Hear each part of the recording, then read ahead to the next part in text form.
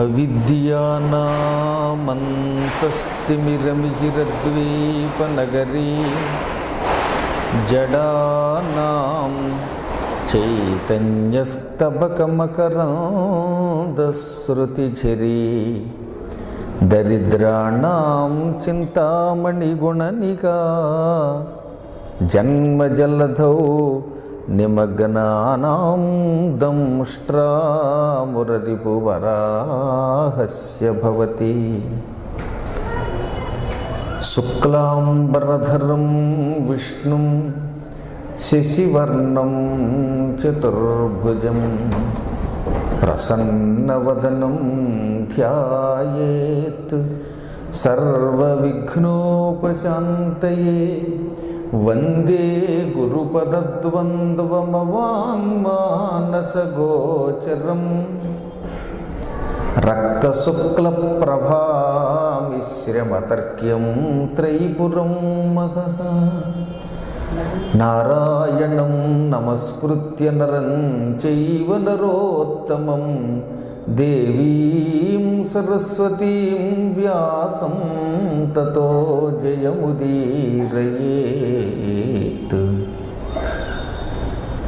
వందే శంభుముమాపతిం సురగురుం వందే జగత్కారణం వందే పన్నగభూషణం మృగధరం వందే పశూనాం పతిం వందే సూర్యశశాంకవన్నినయనం వందే ముకుందప్రియం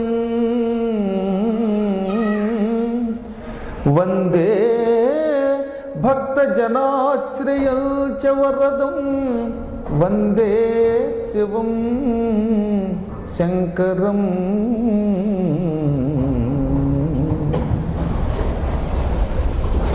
ఆది దంపతుల పాదపద్మాలకు భక్తి శ్రద్ధలతో నమస్కారం చేసుకుంటూ, ఎప్పుడో 8 ఏళ్ల వయస్సులో ఇక్కడికి నేను నడిచొచ్చిన విషయం కిందటి సంవత్సరం మీకు చెప్పాను, జనవరిలో శ్రీశైల మహాత్మ్యంలో. కాబట్టి అప్పటి నుంచి ఈ శ్రీశైల మల్లికార్జునుడు మాకు గురువు. కాబట్టి గురుస్థానంలో ప్రవచనం చేయటమంటే అది మహాభాగ్యంగా భావించి ఎన్ని ఉపన్యాసాలున్నా ఇక్కడి నుంచి ఆహ్వానం వస్తే వీలున్నంత వరకు వాటిని రద్దు చేసుకుని రావడానికి కూడా ప్రయత్నం చేస్తూ ఉంటాను. అయితే అదృష్టవశాత్తు ఆ ఇబ్బంది కూడా లేకుండా దేవస్థానం వారు, ఈవో గారు అయితేనే, వారి సిబ్బంది అయితేనే ఇబ్బంది కలగకుండా 5 నెలలు 6 నెలలు ముందుగానే ఈ కార్యక్రమాన్ని ఏర్పాటు చేశారు. చిత్రం చెప్పంటారా, మానవ సంకల్పానికి ఆ ఈశ్వర సంకల్పానికి ఎప్పుడు తేడా ఉంటుంది. మానవుడు ఒక రకంగా ఊహిస్తాడు, ఈశ్వర సంకల్పం వేరు. 3 రోజులు ఉపన్యాసం అని ప్రారంభంలో అనుకున్నాం, కానీ ఆయన ఏం చేశాడు, మల్లికార్జునుడు 5 రోజులు పెట్టాడు. అసలు గరుడ పురాణం పాంచాహ్నిక దీక్షతో వినమని అందులో ఉంది. 5 రోజుల పాటు సూర్యోదయం నుంచి సూర్యాస్తమయం వరకు ఒక వక్త, సూర్యాస్తమయం నుంచి మళ్ళీ సూర్యోదయం దాకా ఒక వక్త చొప్పున 24 గంటలు ఏకధాటిగా విడిచిపెట్టకుండా 5 రోజుల పాటు గరుడ పురాణం వినాలి అని దాని దీక్షా విధానంలో చెప్పుకున్నాం.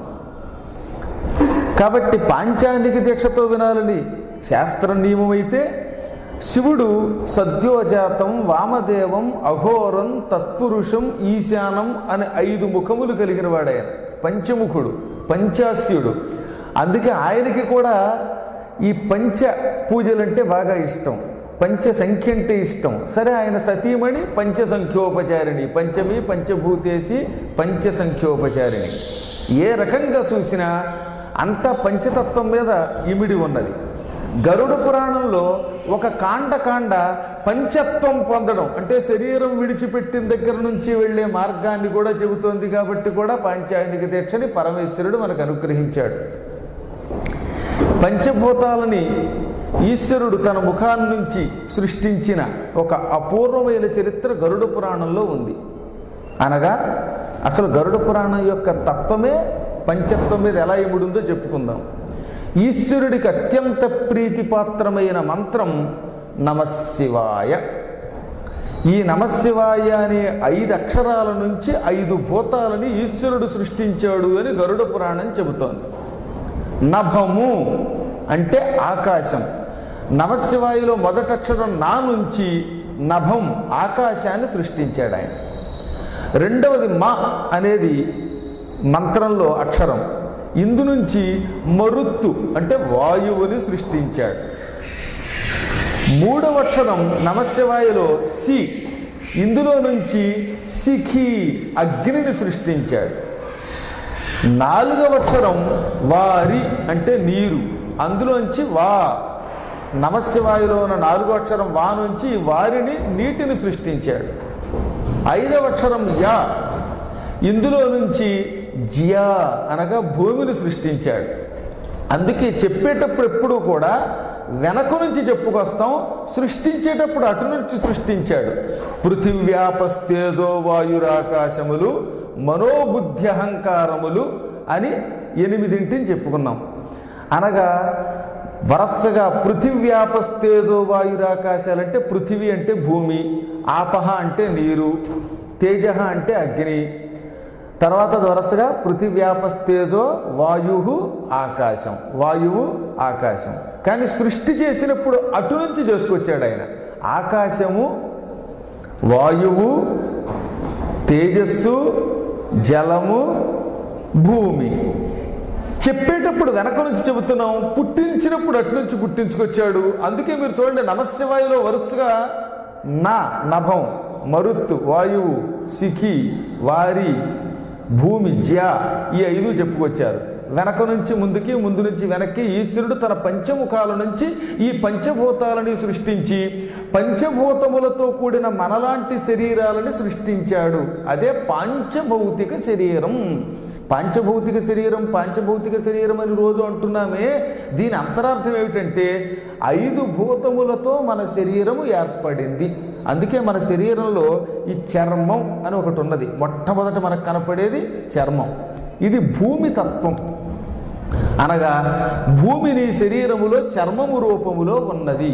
అది ఉన్నదని తెలియజేయడానికి ఈశ్వరుడు ఏం చేశాడో తెలిసినా, ఈ చర్మం మీద ఎప్పుడు మట్టే పెడతాడు. మీరు కష్టపడి ప్రయాణం చేసి రాగానే వేడి వేడి నీళ్లు, గేదర్ నీళ్లు పెట్టుకుని మీ రూములోకి వెళ్ళి మంచి సబ్బు పెట్టి తోముకొని స్నానం చేసి మళ్ళీ బయటికి రండి గుళ్ళోకి, ఇలా అనండి.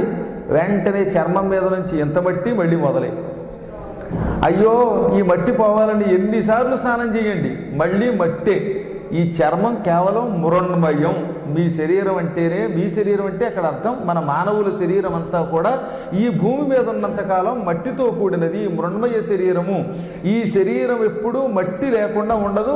ఒకప్పుడు మట్టి లేకుండా ఉంటుంది, మట్టిలో కలిసిపోతే. అప్పుడు మాత్రమే ఇక మట్టి లేకుండా పోతుందిట. అప్పటి వరకు ఈ శరీరం మృణ్మయ శరీరం. ఈ లోపల నీరు, ఇక తిన్నప్పటి నుంచి నిద్రపోయేదాకా నిరంతరం నీరు లోపల ఉండవలసిందే. అసలు అన్నం తినాలంటేనే ఆపోసన పట్టాలి. ఆపహ అంటే నీరు, అశనము అంటే ఆహారం. అన్నం తినడానికి ముందు నీళ్లు చేత్తో పుచ్చుకొని మంత్రపూర్వకంగా, గాయత్రి మంత్రపూర్వకంగా దాన్ని స్వీకరిస్తున్నాం కనుక దీనికి ఆపోషణము. ఇది మన నోట్లో పడి ఔపాసన, ఔపోషణ ఇవాడి ఇష్టం అనుకోండి, సరే పర్వాలేదు. భాష రాకపోవటం వల్ల అలా పలికినా మొత్తం మీద ఏది ఏమైనప్పటికీ అసలు అది ఆపోషణము. అంటే నీటిని ముందుగా ఆహారముగా తీసుకొనుట. నీరు లోపలికి వెళ్ళిన తర్వాత నువ్వు ఏ అన్నం తిన్నా జీర్ణ వ్యవస్థ బాగుంటుంది. అయ్యాక మళ్ళీ నీరు పుచ్చుకోవాలి. అందువల్ల కూడా నిరంతరం శరీరంలో నీరు ఎక్కువ ఉంటుంది నాయన. అందువల్ల నీ లోపల ఉన్నది నీరు అని చెప్పారు. అది జలం. పృథివీ, ఆపహ. ఇక తేజస్సు. మన శరీరంలో ఒక గొప్ప అగ్నిహోత్రుడు ఉన్నాడు. ఈ అగ్నిహోత్రుడు అనేవాడు మన శరీరంలో ఉన్నాడో లేదో తెలియాలంటే ధర్మామీటర్ నోట్లో పెట్టు చూడండి. కొన్ని డిగ్రీలు వేడి కనపడుతోంది. ఈ అగ్నిహోత్రుడు పెరిగితే జ్వరం వచ్చిందంటున్నాం, తగ్గితే జ్వరం తగ్గిందంటున్నాం. ఈయన ఉన్నంత వరకే నువ్వు బతికున్నట్లు లెక్క అన్నారు. ఈయన లేకపోతే మన శరీరం చల్లగా అయిపోతుంది, డీప్ ఫ్రిడ్జ్లో పెట్టినట్టు. అందుకే శరీరాన్ని డాక్టర్లు పట్టుకుని చల్లబడిపోయిందండి, అయిపోయాడండి అంటున్నాం. అగ్నిహోత్రుడు ఉంటే బతికావు, లేకపోతే వెళ్ళిపోయినట్టే. కాబట్టి 3వ వాడు అగ్నిహోత్రుడు ఉన్నాడు. ఇక నాలుగో వాడు లోపలికి పైకి కిందకి నిరంతరం వాయువు పీలుస్తూనే ఉన్నాం. 5 నిమిషముల పాటు ముక్కు గట్టిగా బిగించి పట్టుకుంటే నోరు తెరిచి పీల్చుకోవాలి. ముక్కు నోరు కూడా గట్టిగా బంధించామంటే ఇక ఆ తర్వాత బంధించడానికి మన శరీరంలో ఏమీ ఉండకుండా ఉంటుంది. అందుకే శ్వాస ఆడుతోందండి అని మనం ముక్కు దగ్గర వేలు పెట్టి గమనించి వీడు బతికున్నాడు, శ్వాస ఆడటంలా అంటే వెళ్ళిపోయాడని చెప్పేస్తున్నాం. ఈ శ్వాసలో ఉన్నవాడు వాయువు. ఇక అనుక్షణం మన శరీరంలో ఒక శబ్దం ఉంది.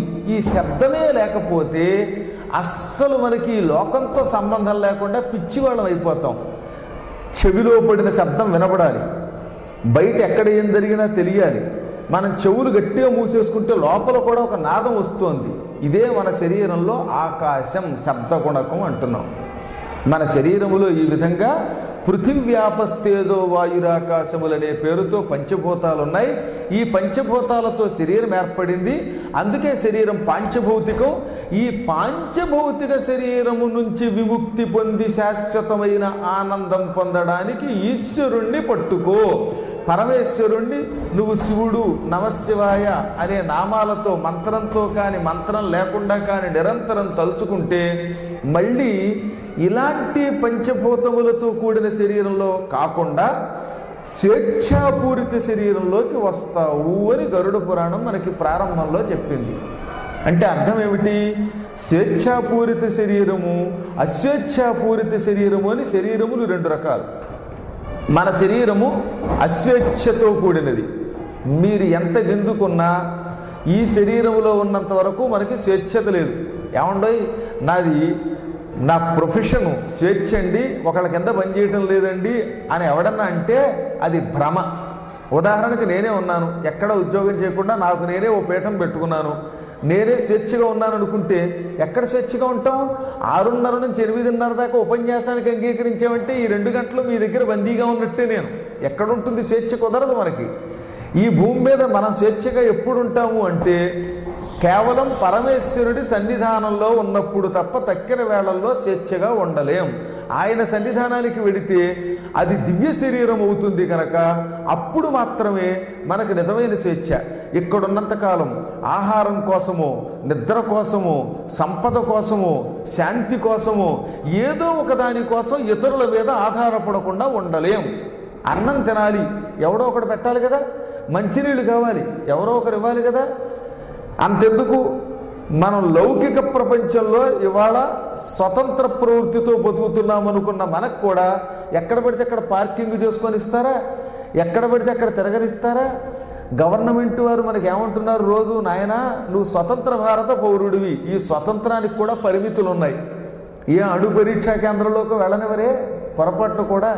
కాబట్టి ఏ రకంగా చూసినా భూమి మీద పాంచభౌతిక శరీరంతో ఉన్న వాళ్ళంతా స్వేచ్ఛ లేనివారే. స్వేచ్ఛ ఉండాలంటే ప్రమథ గణాల్లోకి ఈశ్వరుడి దగ్గరికి వెళ్ళాలి. అలాంటి స్వేచ్ఛాపూరితమైన శరీరం పొందడానికి ఈశ్వరుణ్ణి ఆరాధించు అని చెబుతున్నది గరుడ పురాణం.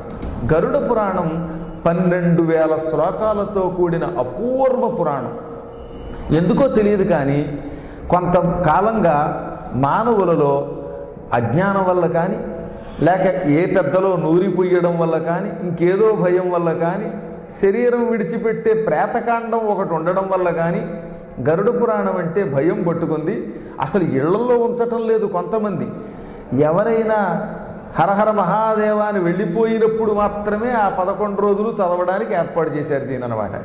భగవద్గీతని శ్మశానాల్లో పారాయణకు ఉపయోగించినట్టుగా కర్మగాలి. నిజానికి అవే యద్గృహే పూజితం నిత్యం గారుడం చ పురాణకం ధర్మమర్థం చ కామం చ మోక్షం చ లభతే నరక. ఏ ఇంటిలో నిత్యం గరుడ పురాణం పూజింపబడుతుందో అంటే మీ ఇంట్లో చదివి వచ్చినా రాకపోయినా, సంస్కృతంతో సంబంధం ఉన్నా లేకపోయినా, ఏదో ఇంట్లో పరమేశ్వరలింగాన్ని పూజించినట్టే గరుడ పురాణం అనే ఒక పుస్తకాన్ని కూడా పెట్టుకుని ఒక పువ్వు పెట్టి 2 చేతులు జోడించి నమస్కారం చేస్తే చాలు. పూజితం యద్గృహే నిత్యం అన్నాడు. ఒకరోజు కాదు, ప్రతినిత్యం పొద్దుటే లేవగానే స్నానానంతరం కొంచెం విభూతి పెట్టుకుని గరుడ పురాణం అనే పుస్తకాన్ని పూజా మందిరంలో పెట్టి ఒక్క పువ్వు పెట్టి 2 చేతులు జోడించి భక్తితో శ్రద్ధతో అనురక్తితో నమస్కారం చెయ్యండి చాలు. ధర్మం, అర్థం, కామం, మోక్షం ఈ 4 పురుషార్థములు వచ్చి తీరతాయి. ముందు ధర్మం, ఆ తర్వాత అర్థం, మూడవది కోరికలు కామం, 4వది మోక్షం. ఈ 4 రావాలంటే కనీసం పుస్తకం పూజిస్తే చాలన్నారు. ఈ మధ్యన ఒక ఆయన ధర్మ సందేహాల్లో అడిగాడు, ఏమండి ఈ పురాణాల్లో ఉన్న శ్లోకాలు వింటే పాపాలు పోతాయంటారు, అలాంటప్పుడు ఇంక ఈ కర్మ సిద్ధాంతం ఎందుకు, ఈ పూజలు ఎందుకు, ఈ గుళ్ళు ఎందుకు, గోపురాలు అన్నాడు. వారి పిచ్చివాడ, ఇది కూడా ఒక కర్మయే. ఈ శ్లోకాలు చదవడం కూడా కర్మలో ఒక భాగం. అందుకే గుళ్ళోకి వెళ్ళాక అత్యద్భుతమైన కంఠంతో మనం ఏమంటున్నాం, సద్యోజాతం ప్రపద్యామని అండల్లా అవి కూడా ఛందస్సే. నువ్వు చేస్తున్న పనిలో పలకడం కూడా, ఉచ్చారణ చేయడం కూడా ఒక కర్మమే. ఇది కర్మ కాదనుకోకు. నువ్వు వినడం ఒక కర్మ, చదవడం ఒక కర్మ, దీనిని 10 మందికి చెప్పడం అది కూడా ఒక కర్మమే. అనగా పని చెయ్యడంలో ఇవన్నీ కూడా భాగములే. మనం పనిని అనేక విధాల్లో చేస్తున్నాం, ఇది కూడా ఒక భాగం అన్నమాట. దీన్ని మర్చిపోయి ఇది పని కాదనుకుంటే అలాగే ఇది అజ్ఞానమేగా మరి. అందువల్ల ధర్మార్థ కామ మోక్షములనే 4 కావాలంటే కనీసం విన్నా చాలు, నమస్కరించినా చాలు, పుస్తకాన్ని పూజించినా చాలు అన్నాడు. ఎలాగా అంటే ఈ పురాణములు అగ్నితో సమానమైనవి. మీ ఇంట్లో నిప్పు ఉంది, అదే దీపారాధన వెలిగించారు. ఇప్పుడు 5 ఒత్తులు ఇక్కడ కూడా ఈశ్వరుడు 5 ముఖాల్లో కనపడుతున్నాయి. నాకు సరిగ్గా 5 ఒత్తులే పెట్టారు. అక్కడ నాకు చాలా కాలం నుంచి ఆశ్చర్యం ఏమిటంటే, ఇక్కడ ఎప్పుడు దీపారాధన చేసినా ఏ గుళ్ళో లేని ఒక విచిత్రమైన నిజమైన శాస్త్రీయమైన ఒక శాస్త్ర సమ్మతమే కాదు, వేద సమ్మతము కూడా అయినటువంటి ఆచారం చూస్తున్నాను. మొన్న జనవరిలో కూడా ప్రవచనానికి వచ్చాను ఇక్కడ. అప్పుడు 5 ఒత్తులే వేశారు, ఇప్పుడు 5 ఒత్తులే వేశారు. లౌకికాచారంలో సాధ్యం త్రివర్తి సంయుక్తం వందినా యోజితం ప్రియం గృహాణ మంగళం దీపం త్రైలోక్య తిమిరాపహం. ముందు నెయ్యి పొయ్యాలి దీపారాధనకి. మన ఇళ్లల్లో దీపారాధన చేసేటప్పుడు ఒక దీపపు కుంది పెట్టి ఆ కుందిలో నెయ్యి పొయ్యాలి. నెయ్యి పోసాక సాధ్యం అన్నాడు ముందు, అది గుర్తుపెట్టుకోండి. ఒత్తులు వేసి నెయ్యి పోయకూడదు, ముందు నెయ్యే పొయ్యాలి. ఆ తర్వాత త్రివర్తి సంయుక్తం 3 ఒత్తులు వెయ్యి. సంయుక్తము అనడం ద్వారా 3 ఒత్తులు అక్కడ ఉంటే చాలు. అవి కలిపేసినా విడివిడిగా ఉన్నా కలిసి ఉన్నట్టే ఆ కుందిలో ఉంటే చాలు. ఆ తర్వాత ఏం చేయాలి, వన్నినా యోజితం నిప్పు పెట్టుదానికి, అగ్నిని వెలిగించు అన్నాడు. అటువంటి మంగళ దీపం 3 లోకములలో ఉన్న తిమిరములను తొలగిస్తున్నది. అది నీకు ఎదురుగుండా పెడుతున్నాను, సేకరించుము. గృహాణ అంటే సేకరించుము, అది మంగళదీపం కనుక అని ఇంట్లో దీపారాధన వెలిగించేటప్పుడు ఈ శ్లోకం చదువుతాం.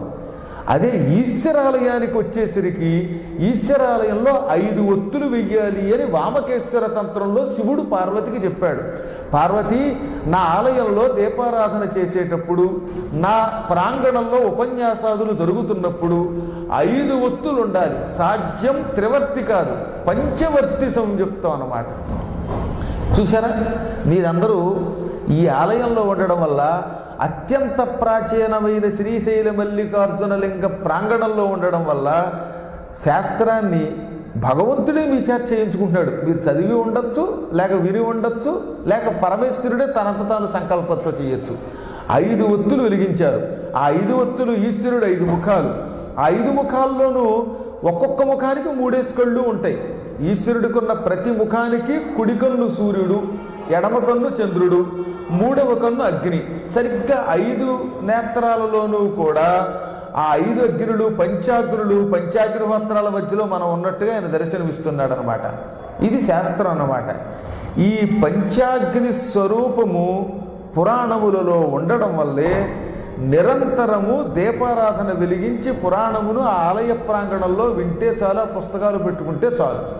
వేదవ్యాసుల వారు భూలోకంలో కలియుగంలో ఉన్న మానవులు తరించడం కోసమని వరుసగా మనకి మత్స్య, మార్కండేయ, భవిష్య భాగవత బ్రహ్మ బ్రహ్మాండ బ్రహ్మవైవర్త వరాహ వామన వాయు విష్ణు అగ్ని నారద పద్మ లింగ గరుడ కూర్మ స్కాందములనే పేర్లతో 18 పురాణాలు ఇచ్చాడు.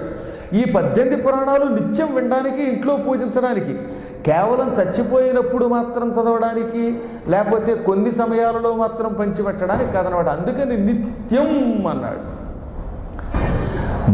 ఈ గరుడ పురాణంలో ఒకప్పుడు దీనిని స్వయంగా విష్ణువు గరుత్మంతునికి చెప్పాడు. ఇది శివరాత్రి మహిమతో మొదలవుతుంది. ఆశ్చర్యం చెప్పమంటారా? గరుడ పురాణం ప్రారంభమే శివరాత్రి మహిమతో. శివరాత్రి మహిమ, ఏకాదశి మహిమ, గయా క్షేత్ర మహిమ, పిండ ప్రదానాదులు, పాపపుణ్యాలు, స్వర్గానికి ఎవరెడతారు, ప్రత్యేకంగా స్వర్గకాండ ఒకటి ఉంది ఇందులో. స్వర్గానికి ఎవరెడతారు, నరకానికి ఎవరెడతారు, ప్రాణం పోయేటప్పుడు శివుడు ఎలా వచ్చి రక్షిస్తాడు, గంగానది మానవుల్ని ఎలా ఒళ్ళోకి తీసుకుంటుంది, అర్ధనారీశ్వరుడైన ఈశ్వరుడు ఎలాగే ఈ ప్రేతకాండానికి సిద్ధంగా ఉన్నవాడిని, అంటే ఆయువు తీరి చావడానికి సిద్ధంగా ఉన్నవాడిని కష్టపడకుండా ప్రాణం తీసేస్తాడు. ఇవన్నీ చెప్పారు 12,000 శ్లోకాలు. అందులో ప్రత్యేకంగా 5,000 శ్లోకాలు గంగా మహిమ, శివరాత్రి మహిమ, బిల్వ మహిమ, విభూతి మహిమ, రుద్రాక్ష మహిమలని. 1200 శ్లోకాలు ప్రేతకాండకి సంబంధించినవి, 800 శ్లోకాలు స్వర్గానికి సంబంధించినవి. ప్రాణాపాయ స్థితిలో ఉన్నవాడు శివుణ్ణి తలుచుకోగానే వాడికి మృత్యుకంఠం తొలగించి హాయిగా ప్రాణం పోయేలా చేసేటటువంటి శ్లోకాలు ఒక 800 ఉన్నాయి. ఇలా ఎన్నెన్నో విశేషాలు ఉన్నాయి. అందువల్ల గుర్తుపెట్టుకోండి, మన పురాణములు 18 కూడా నిరంతరం నిత్యం ఎప్పుడైనా వినదగినవి. నేను ఎందుకు చెప్తానంటే, మన అదృష్టవశాత్తు ఈసారి శివరాత్రి మహిమ, బిల్వ మహిమ, మానవుడు ఏ రకంగా కర్మాచరణము చేస్తే, ఎటువంటి కర్మాచరణ చేస్తే సుఖంగా ప్రాణం విడిచిపెడతాడు, వీటిని కొంచెం చూచాయిగా చెప్పుకుందాం. ఎందుకంటే 12,000 శ్లోకాలు చెప్పాలంటే కనీసం ఒక 100 రోజులు పడుతుంది నాగోటి వాడికి వ్యాఖ్యానం చేయాలంటే ఒక్కొక్క శ్లోకానికి. ఒకప్పుడు నైమిషారణ్యంలో సూత మహర్షికి 88,000 మంది ఋషులు, సౌనకుడి లాంటి వాడు, అబ్బో చాలా గట్టివాళ్ళు ఉన్నారు, లేని వాడు ఒకళ్ళిద్దరు కదా, అందరూ మహాపండితులే. కౌండిన్యుడు, అత్రి, మరీచి, దక్షుడు, కపిలుడు, అగస్త్యుడు, అక్షపాదుడు, అంగిరుడు, శాండిల్యుడు, క్రతువు, కణ్వుడు, కుత్సుడు, విశ్వామిత్రుడు, మైత్రేయుడు, భృగువు, మార్కండేయుడు, ఆసురి, వామదేవుడు, కపి, దుర్వాసుకుడు, వ్యాఘ్రపాదుడు, మాండవ్యుడు వంటి ఋషులు 88,000 మంది నైమిషారణ్యంలో యజ్ఞం చేశారు. ఆ రోజుల్లో శరీరంతో స్వర్గానికి వెళ్ళడం కోసం. చచ్చాక స్వర్గానికి వెళ్ళడం కాదు, సశరీరంగా స్వర్గానికి వెళ్ళాలి. ఎందుకంటే శరీరం విడిచిపెట్టడం అంటే అది పరమ దుఃఖం. ఆ బాధ అనుభవించేవాడికి తెలుస్తుంది. అందువల్ల శరీరం విడిచిపెట్టకుండా సశరీరంగా స్వర్గానికి ఎలా వెడదామా అని బాగా ఆలోచించి దానికి నైమిషారణ్యంలో సత్రం అనే పేరుతో ఉన్న యజ్ఞం చేశారు. ఆ యాగానికి సత్రం అని పేరు. 6 నెలల కంటే ఎక్కువ కాలం చేసే యజ్ఞాన్ని, రోజు 10,000 మందికి అన్నదానం జరిగే సత్రాన్ని సత్రయాగం అంటారు. గుర్తుపెట్టుకోండి. యజ్ఞం జరిగేటప్పుడు కూడా మళ్ళీ చాలా నియమాలు ఉన్నాయి. 6 నెలల కంటే ఎక్కువ కాలం జరగాలి, రోజు 10,000 మందికి అన్నదానం జరగాలి, రోజు అక్కడ ఋత్విక్కులు కనీసం 8,000 మంది పాల్గొవాలి. ఈ ఋత్విక్కులు పగటిపూట నిద్రపోకూడదు. అక్కడ అగ్నిహోత్రం ఏకధాటిగా ప్రజ్వరిల్లాలి. హోమగుండంలో రాత్రిపూట వెళ్ళిపోయేటప్పుడు కూడా ఇలాంటి బ్రహ్మచారులైన పిల్లల్ని కూర్చోబెట్టి వాళ్ళ ద్వారా హోమంలో ద్రవ్యం వేయించాలట. ఇవన్నీ నియమాలు. ఈ నియమములతో ఉన్నదానిని మాత్రమే సత్రయాగం అంటారు. అలాంటి యాగాన్ని ఏడాది చేస్తే గొప్ప అంటే 1000 సంవత్సరాలు చేశారట ఋషులేక. నైమిషే అనిమిషక్షేత్రే మునయః సౌనకాదయః సత్రం స్వర్గాయ లోకాయ సహస్ర సమమాసత.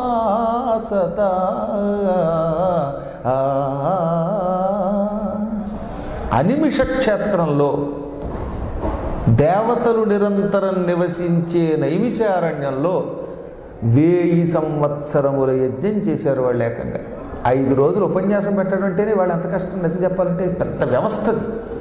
అటువంటిది 1000 సంవత్సరాలు ఆ రోజుల్లో నిర్వహించారు ఆ మహాత్ములు.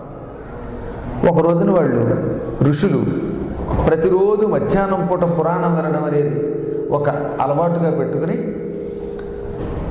మహర్షి సూత మహర్షి, నీ ధర్మమానని ఎప్పుడు ఏమి చెయ్యాలో తెలుసుకుంటున్నాం. గరుడ పురాణం గురించి ఎంతోమంది గొప్పగా చెప్పారు. అసలు ఈ పురాణంలో ఏమున్నాయి? అందులో మేము మృత్యు అంటే భయపడుతున్నాం. మృత్యు అంటే భయం ఎందుకు అంటే, చచ్చి స్వర్గానికి పోతే పర్వాలా, లేదా మోక్షం పొందితే పర్వాలేదు, మళ్ళీ భూలోకంలో పుట్టి మళ్ళీ ఇదే జన్మ, మళ్ళీ ఇదే భోజనం, ఇవే కర్మలు, ఎందుకు ఇవి? మాకు వీటి మీద వ్యామోహం లేదు. పునరపి జననం, పునరపి మరణం, పునరపి జనని, జఠరేశయనం, ఇవి నిరంతరం మమ్మల్ని పీడిస్తున్నాయి. కాబట్టి వీటికి అతీతంగా శాశ్వతంగా ఆనందం పొందడానికి మేము కృషి చేస్తున్నాం. ఈ కృషి చేసేలోపు మరణం పొందుతామేమో అని భయం. కాబట్టి ఈ మరణ దుఃఖం నుంచి బయటపడడానికి గరుడ పురాణం వినమని పెద్దలు చెప్పారు. ఆ పురాణం గురించి చెప్పమని అడిగారు. అప్పుడు ఆయన చెప్పాడు, ఎప్పుడో ప్రాచీన కాలంలో ఒకప్పుడు కశ్యపుడు అని ఒక ప్రజాపతి ఉన్నాడు. ఈ కశ్యప ప్రజాపతికి 14 మంది భార్యలు. ఈ 14 మంది దక్షుడి కూతుళ్ళే. దక్షుడికి వీరిణి అనే భార్య ద్వారా 60 మంది కూతుళ్ళు పుట్టారు. ఆ 60 మంది కూతుళ్లలో 14 మందిని కశ్యప ప్రజాపతికి ఇచ్చి పెళ్లి చేశాడు. అదితి, దితి, వినత, కద్రువ మొదలైన వాడు. అందులో కద్రువ అనే ఆవిడ భర్త దగ్గరికి వెళ్ళి, ఏమండి నాకు మంచి బలమైన కొడుకులు, 1000 తలలు, 500 తలలు, 100 తలలు కలిగి లోకాలని విషంతో దగ్ధం చేయగలిగేవాళ్ళు కొడుకులు కావాలి, వాడు మహావీరులు అవ్వాలి, ప్రజలు వాళ్ళను చూచి వణికిపోవాలి, అటువంటి వాళ్ళు 1000 మంది కొడుకులు కావాలి అన్నది కద్రువ. ఆయన తథాస్తు అన్నాడు. తర్వాత కద్రువ అక్కగారు వినత దగ్గరకు వచ్చాడు కశ్యపుడు. మీ చెల్లెలు 1000 మంది కొడుకులను కోరింది, వాళ్ళంతా విషసర్పాలు అయ్యి ఉండాలి, పరాక్రమవంతులు అయ్యి ఉండాలని, 1000 పడగలు 100 పడగలు ఉండాలని కోరింది. నీకెటువంటి సంతానం కావాలి అని కోరాడు ఆయన. ఈవిడ కొంచెం తెలివిగా ఆలోచించిందండి. మా చెల్లెలకి 1000 మంది కొడుకులు పుట్టారు కదా, ఆ 1000 మందిని ఒక్క ఏకతో తలకాయలు పగలగొట్టే ఒక బలమైన కొడుకు కావాలి, ఒక్క కొడుకు చాలు అని మళ్ళీ అంతలోనే కొంచెం కక్కుర్తి కదా, ఈ మానవ లక్షణం ఆవిడకి కూడా వచ్చిందిట. ఒక్కొక్కప్పుడు మనం అవతలవాడు ఏదైనా కోరుకోమంటే ఒక్క రూము చాలండి అన్నాడు, మళ్ళీ అంతలోనే 2 రూములు కావాలండి అంటాడు. ఇలాంటి బుద్ధి కాసేపు ఆవిడికి వచ్చి, ఒక్క కొడుకు చాలడేమోనండి, 2 కొడుకులు ఇప్పించండి అంది, 2 కొడుకులు ఇప్పించండి అంది. ఈయన చిరునవ్వు నవ్వి, ముందు 1 అన్నావు, తర్వాత 2 అన్నావు కదా, నీకు మహాపరాక్రమవంతుడైన ఒక కొడుకు పుడతాడు, రెండోవాడు శరీరం సగం సగం తయారై పుడతాడు, కానీ ఇద్దరి వల్ల నీకు కీర్తి వస్తుంది అన్నాడు. తర్వాత కొంతకాలానికి కద్రువకి 1000 మంది కొడుకులు పుట్టారు. ఎలా పుట్టారు వాళ్ళు అంటే, ముందు గుడ్లు పుట్టేయట, అందంగా తెల్లని స్వచ్ఛమైన గుడ్లు పుట్టాయి. ఈ గుడ్లు ఒక్కొక్క గుడ్డు కొంతకాలానికి టపా టపా పగిలి, ఒక గుడ్డులో నుంచి ఆదిశేషుడు, రెండో గుడ్డులోంచి వాసుకి, మూడో దాంట్లోంచి తక్షకుడు, 4 నుంచి అరుకాషుడు, అంబరీషుడు, ధృతరాష్ట్రుడు, పిశంగుడు, కుటిలుడు, కాలకేయుడు, కౌలుడు, ఇలాంటి వాళ్ళు ఒక 1000 మంది పుట్టుకొచ్చారు. ఆ పేర్లే చెప్పుకుంటూ పోతే తెల్లారిపోతుంది పురాణం. అంతమంది లొకలొకలాడుతూ, మనకి సాయంత్రం పూట నూడిల్స్ అని అమ్ముతూ ఉంటారే బడ్డీ కొట్ల మీద, సేమియాలు, అలా పుట్టుకొచ్చారన్నమాట. తెల్లగా, నల్లగా, ఎర్రగా, గోధుమ రంగులో, బూడిద రంగులో, రకరకాల రంగుల్లో పుట్టుకొచ్చారట 1000 మంది సర్పాలు. ఇక రెండో ఆవిడకి, మన వినతకి 2 గుడ్లు పుట్టాయి. ఆవిడ గుడ్లు మాత్రం పగలలేదు, గుడ్డులోంచి చంటి గుడ్డు బయటికి రాలేదు. కొంచెం బాధ కలిగింది వినతకి. మా చెల్లెలికి 1000 గుడ్లు పుట్టాయి, ఆ గుడ్లు క్రమక్రమంగా పగిలాయి, గుడ్లలో నుంచి పావులు బయటకు వచ్చాయి, నాకేమో 2 గుడ్లు పుట్టాయి, ఈ 2 గుడ్లు పగలవు, ఇందులోంచి పిల్లలు రావటం లేదు, నేనేం తప్పు చేశాను, ఆవిడేమి ఎక్కువ చేసింది. అయ్య బాబోయ్, ఎర్రని తలలతో, తెల్లని తలలతో, పసుపచ్చని రంగుతో మహావీరులు పుట్టుకొచ్చేశారు అని కొంచెం ఈర్ష్య కలిగింది. అన్నిటికంటే ఈ సృష్టిలో భయంకరం ఈర్ష్య. మనం బాగున్నా బాగుండకపోయినా పక్కవాడు బాగుంటే ఏడ్చేవాళ్ళు ఎక్కువగా ఉంటారట. అందులో ముఖ్యంగా కలియుగంలో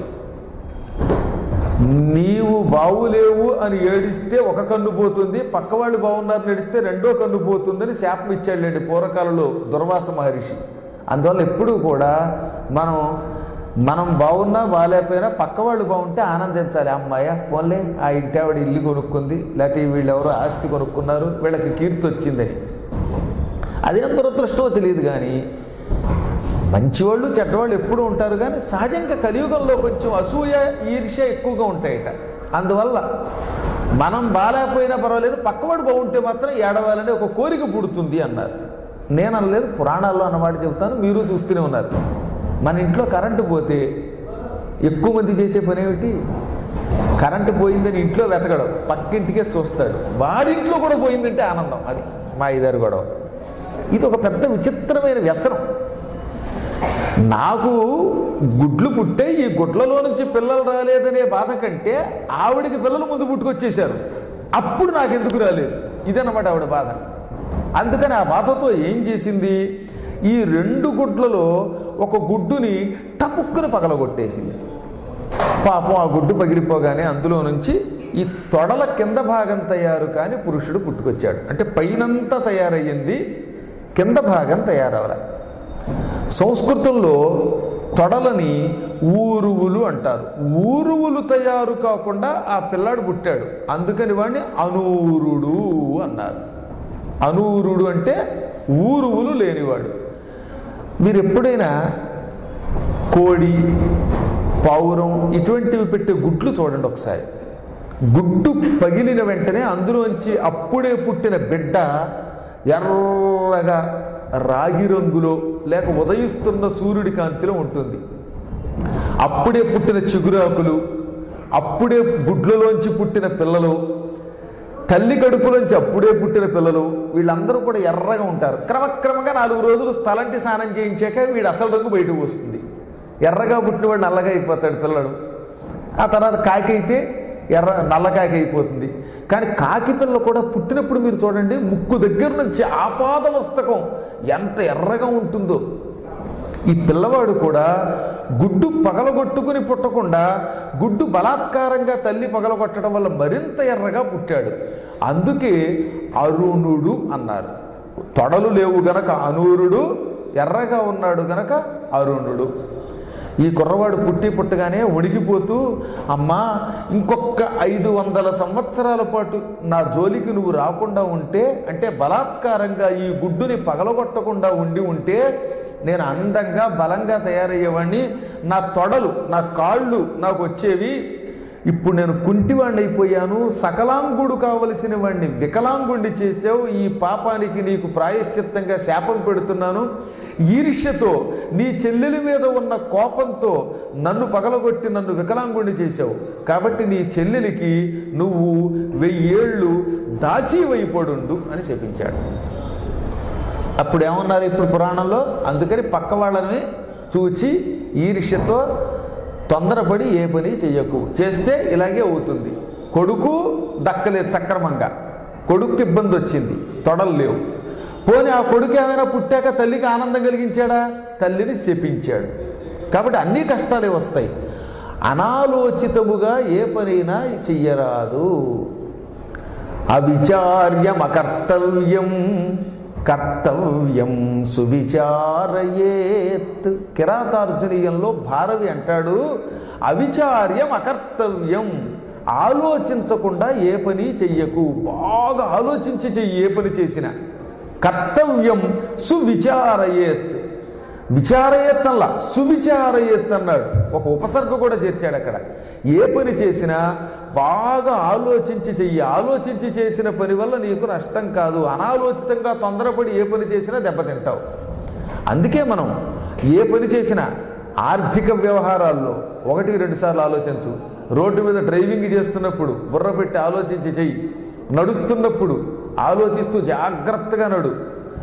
రోడ్డు మీద నడుస్తూ ఉంటారు, హఠాత్తుగా ఉంగిపోతారా ఆ నడి రోడ్డు మీద. ఈలోపు ఏమవుతుంది, వేగంగా వచ్చేవాడు గుద్దేయడు. ఏ పని చేసినా ఇలా చాలా జాగ్రత్తగా ఆలోచించి చెయ్యి అని చెప్పాడు. ఈవిడ చేసిన తెలివి తక్కువతనం వల్ల కొడుకు వికలాంగుడయ్యాడు. చివరికి శాపానికి గురయ్యింది.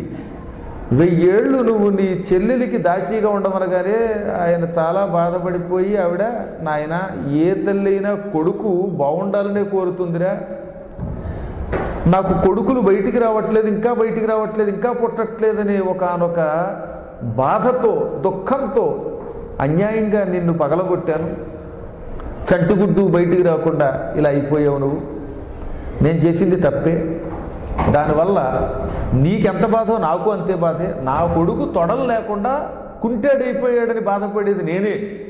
అసలు నిజం చెప్పాలంటే పిల్లలకి అవయవాలు లేకపోతే తల్లిదండ్రులకు వచ్చే బాధ అంతా ఇంత కాదు, గుర్తుపెట్టుకోండి. పిల్లలు సక్రమంగా చదవకపోయినా, పిల్లలు ఆరోగ్యంగా లేకపోయినా, అవయవాలు లోపంతో పుట్టిన పిల్లలకి ఉద్యోగం లేకపోయినా, పెళ్ళకపోయినా తల్లిదండ్రులకు కలిగే బాధ అంతా ఇంతనా? కాబట్టి నీ కోసం నేనే ఏడుస్తున్నాను, అది సరిపోదా అన్నట్టుగా నాకేమో శాపం పెట్టావు, 1000 ఏళ్ళు నేను దాస్యం చెయ్యాలి, శాప విముక్తి కలిగించిన ఆయన అంది. సరే, ఆయన జాలిపడి, అమ్మ నేను తొందరపడి చెప్పించాను, తల్లిని చెప్పించకూడదనుకో, అయినా చెప్పించాను, ఒక 1000 ఏళ్ల తర్వాత నీకు శాప విముక్తి అవుతుంది. ఎలా అవుతుందో చెబుతున్నా విను. ఈ రెండో గుడ్డుని మాత్రం పగలగొట్టకు. ఒక 500 సంవత్సరాల తర్వాత అందులోంచి ఒక వీరుడు పుడతాడు, వాడి వల్ల నీ వంశం తరిస్తుంది, నువ్వు చాలా గొప్పదాని అవుతావు. అతడు పుట్టిన 500 సంవత్సరాల తర్వాత నీకు దాస్య విముక్తి. ఇక చూడు, అతని పేరు మీదుగా ఎన్ని పురాణాలు వస్తాయో, ఎన్ని కథలు వస్తాయో, జగత్తంతా నిన్ను పొగుడుతుంది అని అనగానే సంతోషించింది. వీడు వెళ్ళిపోయి ఈశ్వరుణ్ణి ప్రార్థించాడు. ఇక్కడే ఉంది రహస్యం, చాలామంది పట్టించుకోని గొప్ప రహస్యం. అనూరుడి కథ, అనూరుడు సూర్యుడికి రథసారథైపోయాడు అనుకుంటున్నారంతా. అనూరుడు వెంటనే బయలుదేరి ఈ కాళ్ళు లేవని అప్పటికప్పుడు ఒక క్షేత్రానికి వెళ్ళాడు. ఆనాడు కొత్తగా భూమి తయారవుతున్న రోజుల్లో భూమండలంలో ఒక కొండ ఉంది. ఆ కొండ దగ్గరకు వెళ్ళి భక్తి శ్రద్ధలతో శివుడి కోసం తపస్సు చేశాడు. అప్పుడు శివుడు ప్రత్యక్షమయ్యాడు. నీకేం వరం కావాలో కోరుకోమంటే, నేను శాశ్వతంగా ప్రజల మనస్సుల్లో ఉండిపోవాలి, ప్రజలు రోజు నన్ను చూడాలి, నన్ను తలుచుకోవాలి, నన్ను పూజించాలి అన్నాడు. వెంటనే ఈశ్వరుడు ఏం చేశాడో తెలుసా? అందుకని ఈశ్వరుడు అత్యంత కరుణాస్వరూపుడు అన్నారు. ఒరే నాయన, నీ శరీరాన్ని విడిచిపెట్టేయి, అది భూమి మీద ఒక కొండ అయిపోతుంది. ఆ తర్వాత నువ్వు దివ్య శరీరం ధరించి సూర్య భగవానుడికి రథసారథి వైపో. సూర్యుడు రాగానే మొట్టమొదట ఎర్రని కిరణాలు ఉంటాయే, అవి నువ్వే. నీకందరూ అరుణాయ అని నమస్కారం చేస్తారు. అంటే ఇప్పుడు రోజు మనం మొట్టమొదట చూస్తున్నది ఎవరినమాట? సూర్యోదయ సమయంలో సూర్యుడికి ముందున్న ఎర్రని కిరణముల వంకతో అరుణుణ్ణి చూస్తున్నాం. అందరూ నీకే నమస్కరిస్తారు. సంధ్యావందనం అంటే అర్ఘ్యం ఇచ్చేది నీకే. ఆడవాళ్ళైనా మగవాళ్ళైనా పూర్వకాలంలో ఎర్రగా సూర్యుడు ఉదయిస్తున్నప్పుడు అస్తమిస్తున్నప్పుడు నీళ్లు చేతిలోకి తీసుకుని ఇచ్చేవారు. మగవాళ్ళైతే గాయత్రీ మంత్రపూర్వకంగా ఇచ్చేవారు. ఆడవాళ్ళైతే యోదే వత్సవితాస్మా కంధియోధర్మాదిగోచరాహ ప్రేరయేత్తస్య యద్భర్గస్తద్వరేణ్యముపాస్మహే అనే శ్లోకపూర్వకంగా అర్ఘ్యం ఇవ్వాలి. అదేంటంటే ఆడవాళ్ళు కూడా సంధ్యావందనం చేశారా, అర్ఘ్యం ఇచ్చారా అని మళ్ళీ మనం పిచ్చిగా ప్రశ్నించక్కర్లా. ఆడవాళ్ళు కూడా సంధ్యావందనం చెయ్యాలి, వాళ్ళు కూడా అర్ఘ్యం ఇవ్వాలి. కావాలంటే సుందరకాండ చదువుకోండి ఇంటికి వెళ్ళి. అందులో సుందరకాండలో చెప్పారు, సంధ్యాకాలమనాశ్యామ సంధ్యార్ధేవరవర్ణిని ధ్రువమేష్యతి జానకి. తెలియక అసలు ఆచారాలు పోయి అనవసరంగా మనం లేనిపోని కాంప్లికేషన్స్ తెచ్చుకుంటున్నాం. ఒక్క ముక్కలో చెప్పాలంటే, సూర్యోదయ సమయానికి సంధ్యావందనము చేసే జానకీదేవి ఇక్కడికి వస్తుంది, ఆవిడ తప్పక సంధ్యావందనం చేస్తుంది అని హనుమంతుడు లంకలో అశోకవనానికి దగ్గరలో ఉన్న నది దగ్గరకు వెళ్ళి అన్నాడు. ఆ నది ఇప్పటికి కూడా శ్రీలంకలో ఉంది, నేను స్వయంగా చూశాను. అక్కడ కూడా చల్లగా ఊటీలో ఉన్నట్టు ఉంటుంది. పరమ దుర్మార్గుడి రావణాసురుడు ఆ చల్లని ప్రదేశంలో ఈవిడ ఎందుకు పెట్టాడంటే, చల్లదనాన్ని తట్టుకోలేక వెళ్ళి రావణుడు అంతఃపురంలోకి పోతుందని. కానీ ఆవిడ మొండిది, అదో పక్కన పెట్టండి. ఎందుకు చెప్తున్నానంటే, ప్రతి స్త్రీ ఆ రోజుల్లో సంధ్యావందనం చేశారు. అరుంధతి చేసింది, అనసూయ చేసింది, అందరూ కూడా. తర్వాత ఆడవాళ్ళు చాలామంది గుళ్ళోకి వెడితే గుళ్ళల్లో మేము విధవలం కదా అని అమ్మవారి కుంకుమ ఇస్తే బొట్టు పెట్టుకోవడం మానేస్తున్నారు. ముత్తైదువులకే బొట్టు పెట్టాలి. వైధవ్యం పొందిన వారికి బొట్టెట్టకూడదు. కానీ అమ్మవారి సన్నిధానానికి వెళ్ళాక అక్కడ ఇచ్చే ప్రసాదం ప్రతి వ్యక్తి పొందవలసిందే. అసలు మీకు రహస్యం చెబుతాను. ఇప్పటి వరకు కొంతమంది పట్టించుకోని రహస్యం. గరుడ పురాణం చదవండి, లేక భాగవతం చదవండి, లింగ పురాణం చదవండి, ఇంకే పురాణం చదవండి, కాత్యాయని అని అమ్మవారికి ఒక పేరుంది కదా. కాత్యాయని అంటే అర్థం ఏమిటో తెలుసా? 30 సంవత్సరాల లోపున్న విధవ. డిక్షనరీ చూసుకోండి కావాలంటే, సంస్కృతం డిక్షనరీ లేక సూర్యరాయాంద నిఘంటువు. కాబట్టి కాత్యాయని వ్రతం అందుకు చేసేవారు పూర్వం. మేము తొందరగా వైధవ్యం పొందకుండా శాశ్వతంగా కళ్యాణం సౌభాగ్యంతో ఉండాలి అని. కాబట్టి అమ్మవారి ప్రసాదాన్ని వాళ్ళు అక్కడ పెడితే ఆ బొట్టుని మనం స్వీకరించవచ్చు. కానీ ముత్తైదువులు మాత్రం పెట్టకూడదు, వాళ్ళకి నుదుట బొట్టు. వీళ్ళు ముత్తైదువులకు అందించకూడదు. ఇంకొక గొప్ప రహస్యం, రోజు సాయంకాలం పూట అల్లాహ్ అని అరుస్తూ ఉంటారు చూసారా, సంధ్యావందనం సమయంలోనూ సాయంత్రం పొద్దుట. మన దేవతే అల్లా అనే శబ్దానికి ఆకారాంత స్త్రీలింగం. మీరు సంస్కృతం చదువుకున్న వాళ్ళు ఉన్నారు కదా, అందులో అల్లా అనే ఆకారాంత స్త్రీలింగ శబ్దానికి తల్లి అని అర్థం. అంతటా వ్యాపించి ఉన్న పరమాత్మ అని రెండో అర్థం. అందుకే అన్ని మతాలు ఒకటే, కర్మగాలు కొట్టుకు చచ్చిపోతున్నాం. కానీ వాళ్ళు తలుచుకునేది మన అమ్మవారినే, వాడు తలుచుకునేది సర్వాంతర్యామి అయినటువంటి పరమాత్మనే. ఈసారి మీరు ఇంటికి వెళ్ళాక సూర్యరాయాంధ్ర నిఘంటు కానీ శబ్దరత్నాకరం కానీ నిఘంటు చూడండి, డిక్షనరీ. అందులో ఆకారాంత స్త్రీలింగ శబ్దో అల్లా శబ్ద అని ఉంటుంది. ఆ బహువచనం ఏమవుతుంది? రమా, రమే, రమాహ, అల్లా, అల్లే, అల్లాహ. అందుకే చివరిన విసర్గతో సైతంగా పలుకుతున్నారు. ఇది తెలిస్తే కొట్టుకు చవడాలు ఆగిపోతాయి, అయినా కొట్టుకు తెచ్చిపోతారు. ఏం కర్మయోగం వచ్చిందో తెలియదు. అందుకే అందరినీ ఒకటేనని చెప్పడానికి ఇది. దురదృష్టవశాత్తు ఏ గోవును రక్షించడానికి అమ్మవారు ఆవిర్భవించిందో ఆ గోమాంస భక్షణ ఎక్కువైపోయింది తప్ప. ఎందుకు చెబుతున్నానంటే, ఆ అరుణుడు అనేటటువంటి వాడు సూర్య భగవానుడికి రథసారథి. స్త్రీలు పురుషులు ఆ రోజుల్లో అర్ఘ్యమిచ్చేవారు. ఆ తర్వాత ఏం చేశాడు? ఈ అరుణుడికి ఈశ్వరుడు శివుడు ఒక వరం ఇచ్చాడు. ఈ రోజు నుంచి నువ్వు ఒక కొండగా అయిపోతావని. అంతే కదా, అదే అరుణాచలం. అరుణాచలం ఇత్యాహు. మొట్టమొదట లింగం ఆవిర్భవించినటువంటి స్థలం అరుణాచలం. అంటే ఆ అరుణుడి యొక్క శరీరం. అక్కడే శివుడు గొప్ప జ్యోతిస్వరూపంతో లింగ రూపంతో దర్శనమిచ్చాడు. ఆ లింగ రూపం ధరించిన స్థలం అది. ఇక అక్కడ తర్వాత నుంచి రెండో గుడ్డుని మాత్రం పగలగొట్టకుండా చాలా జాగ్రత్తగా అట్టే పెట్టుకుంది వినత. ఈలోపు కర్మ, కొడుకు శాపం ఎవరైనా పొందవలసిందే కదా, అనుభవించవలసిందే. ఒక రోజున వినత కద్రువ కలిసి పాలసముద్రం దగ్గరికి వెళ్ళారు. ఆ పాలసముద్ర ప్రాంగణంలో తెల్లగా నిగనిగలాడిపోతున్న ఒక గుర్రం కనపడింది. ఆ గుర్రానికి ఉచ్చైశ్రవము అని పేరు. పూర్వం పాలసముద్రాన్ని దేవతలు రాక్షసులు చిలికారు. అమృతం పుట్టడానికి ముందు హాలాహలం, ఉచ్చైశ్రవం అనే గుర్రం, ఏనుగు, కామధేనువు ఇవన్నీ పుట్టుకొచ్చాయి. ఐరావతం అనేటటువంటి ఏనుగు, కామధేనువు అనే ఆవు ఇవన్నీ పుట్టాయి. అందులో ఈ ఉచ్చైశ్రవం పుట్టింది. ఉచ్చైశ్రవం అంటే చాలా తెల్లగా ఉంటుంది. ఈ వేద పండితులు వేసుకున్నటువంటి తెల్లని పంచెలాగా, మన మల్లికార్జున స్వామి ఆలయంలో ఉన్న తెల్లని విభూతిలాగా ఈ ఉచ్చైశ్రవం కూడా చాలా తెల్లగా ఉండేది. ఆ గుర్రాన్ని చూచారు వినత కద్రువ. ఇద్దరూ వెళ్ళి ఆనందంతో, అబ్బా ఎంత తెల్లగా ఉంది గుర్రం అన్నది వినత. అనగానే కద్రువ పక్క నుంచి తిన్నగా ఉండదుగా, గుర్రం అంతా తెల్లగా ఉందా, ఎక్కడుంది?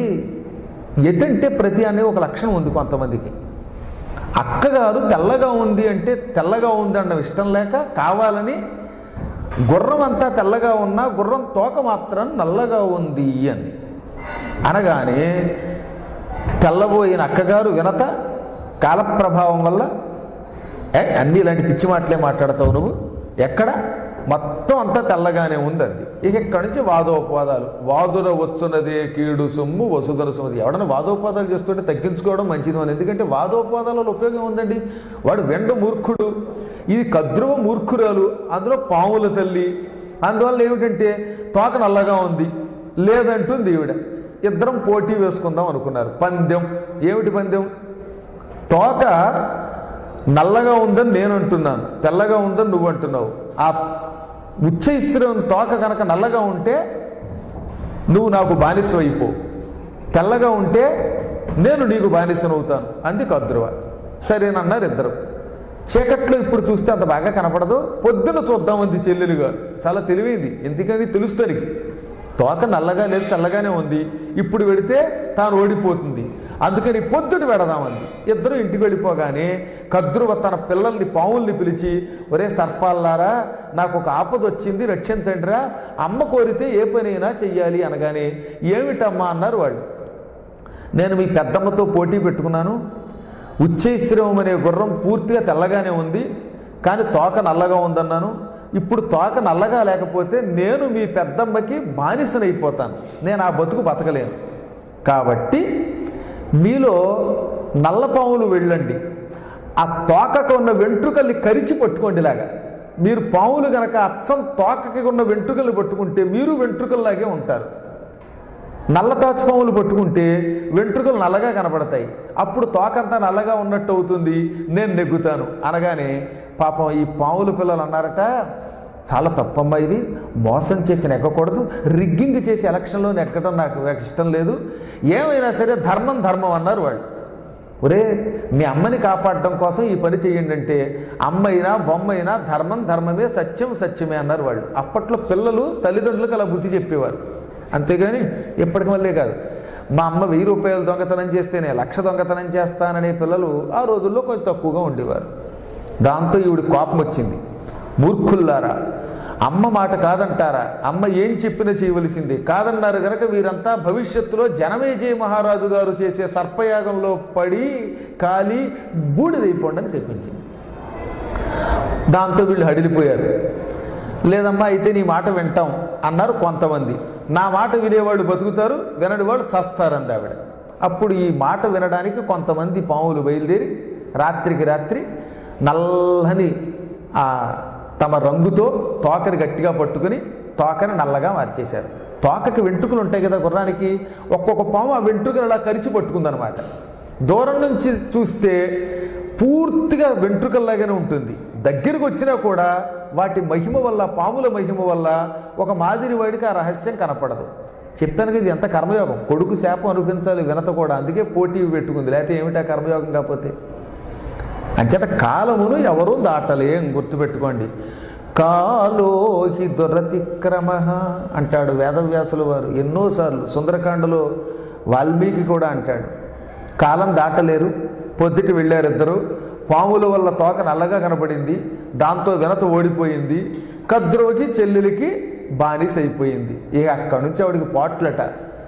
అక్కగారు అయ్యుండి కూడా చెల్లెలికి రోజు అంట్లు తోమడం, జుట్టుకి నూనె రాయడం, దువ్వడం, పేలు కుక్కడం, అన్నం పెట్టడం, మహాభయంకరమైన చాకరీ చేయించుకుంది అక్కగారి చేత, గొడ్డు చాకరీ చేయించుకుంది. ఒక 500 సంవత్సరాలు గడిచాక రెండవ గుడ్డు టప్పన పగిలింది. అదిగో ఆ గుడ్డులోంచి పుట్టుకొచ్చాడు మహావీరుడు సుపర్ణుడు, వైనతేయుడు, వినతాపుత్రుడు, గరుత్మంతుడు. ఆయన పుట్టగానే ఆకాశం అంతా ఒక్కసారి రివ్వున ఎగిరాడు. ఆ బలపరాక్రమాలను చూచి ఈర్ష్య చెంది కద్రువ, ఏ అక్కయ్యోయ్, నువ్వు నాకు బానిసవి, బానిసగా ఉన్నప్పుడు వాడు నీ కొడుకుగా పుట్టాడు, బానిస కొడుకులు కూడా బానిసలే, కాబట్టి నీ కొడుకు కూడా నాకు బానిసే అంది. ఇదొక గొప్ప లాజిక్. సరే అయితే నువ్వు ఎలా చెబితే అలాగే అంది పాప అక్కగారు.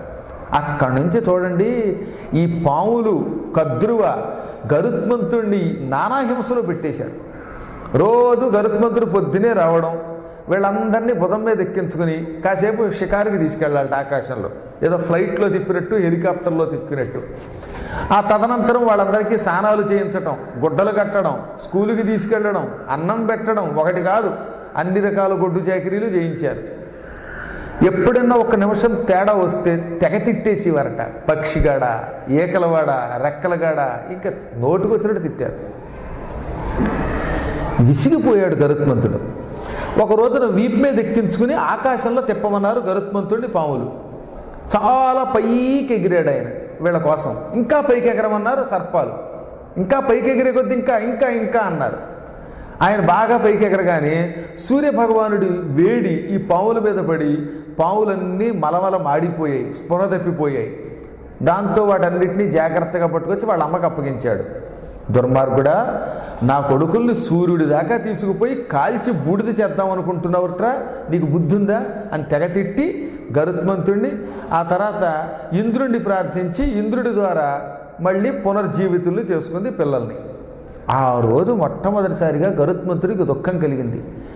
అమ్మా ఏమిటి నాకు ఈ కర్మ, ఒక్క దెబ్బ కొడితే చచ్చిపోతారు ఈ పావులంతా, కొండల్ని పిండి చేసే బలం నాది, అయినా ఈ దౌర్భాగ్యులకి ఎందుకు గొడ్డు చాకిరీ చేయాలి, తెగ తిట్టేస్తున్నారు, ఆ అంటే తిట్టు ఊ అంటే తిట్టు, అన్నం పెడితే తిట్టు పెట్టకపోతే తిట్టడం, ఇక ఏదో ఒక వంకతో నన్ను రోజు నిందిస్తున్నారు, ఈ దాస్యం నుంచి విముక్తి లేదా అంటే జరిగిందంతా చెప్పి మీ అన్నయ్య శాపన్నాయన, ఆ శాపానికి ఇక విముక్తి వచ్చింది, ఎందుకంటే నువ్వు పుట్టప్పుడే 500 ఏళ్ళు అయ్యింది, మీ అన్నయ్య చెప్పిన ప్రకారం నాకు 1000 ఏళ్ల దాస్యం ఇక పూర్తవుతోంది, నువ్వే నన్ను ఈ గండం నుంచి గట్టెక్కించిన ఆయన అంది.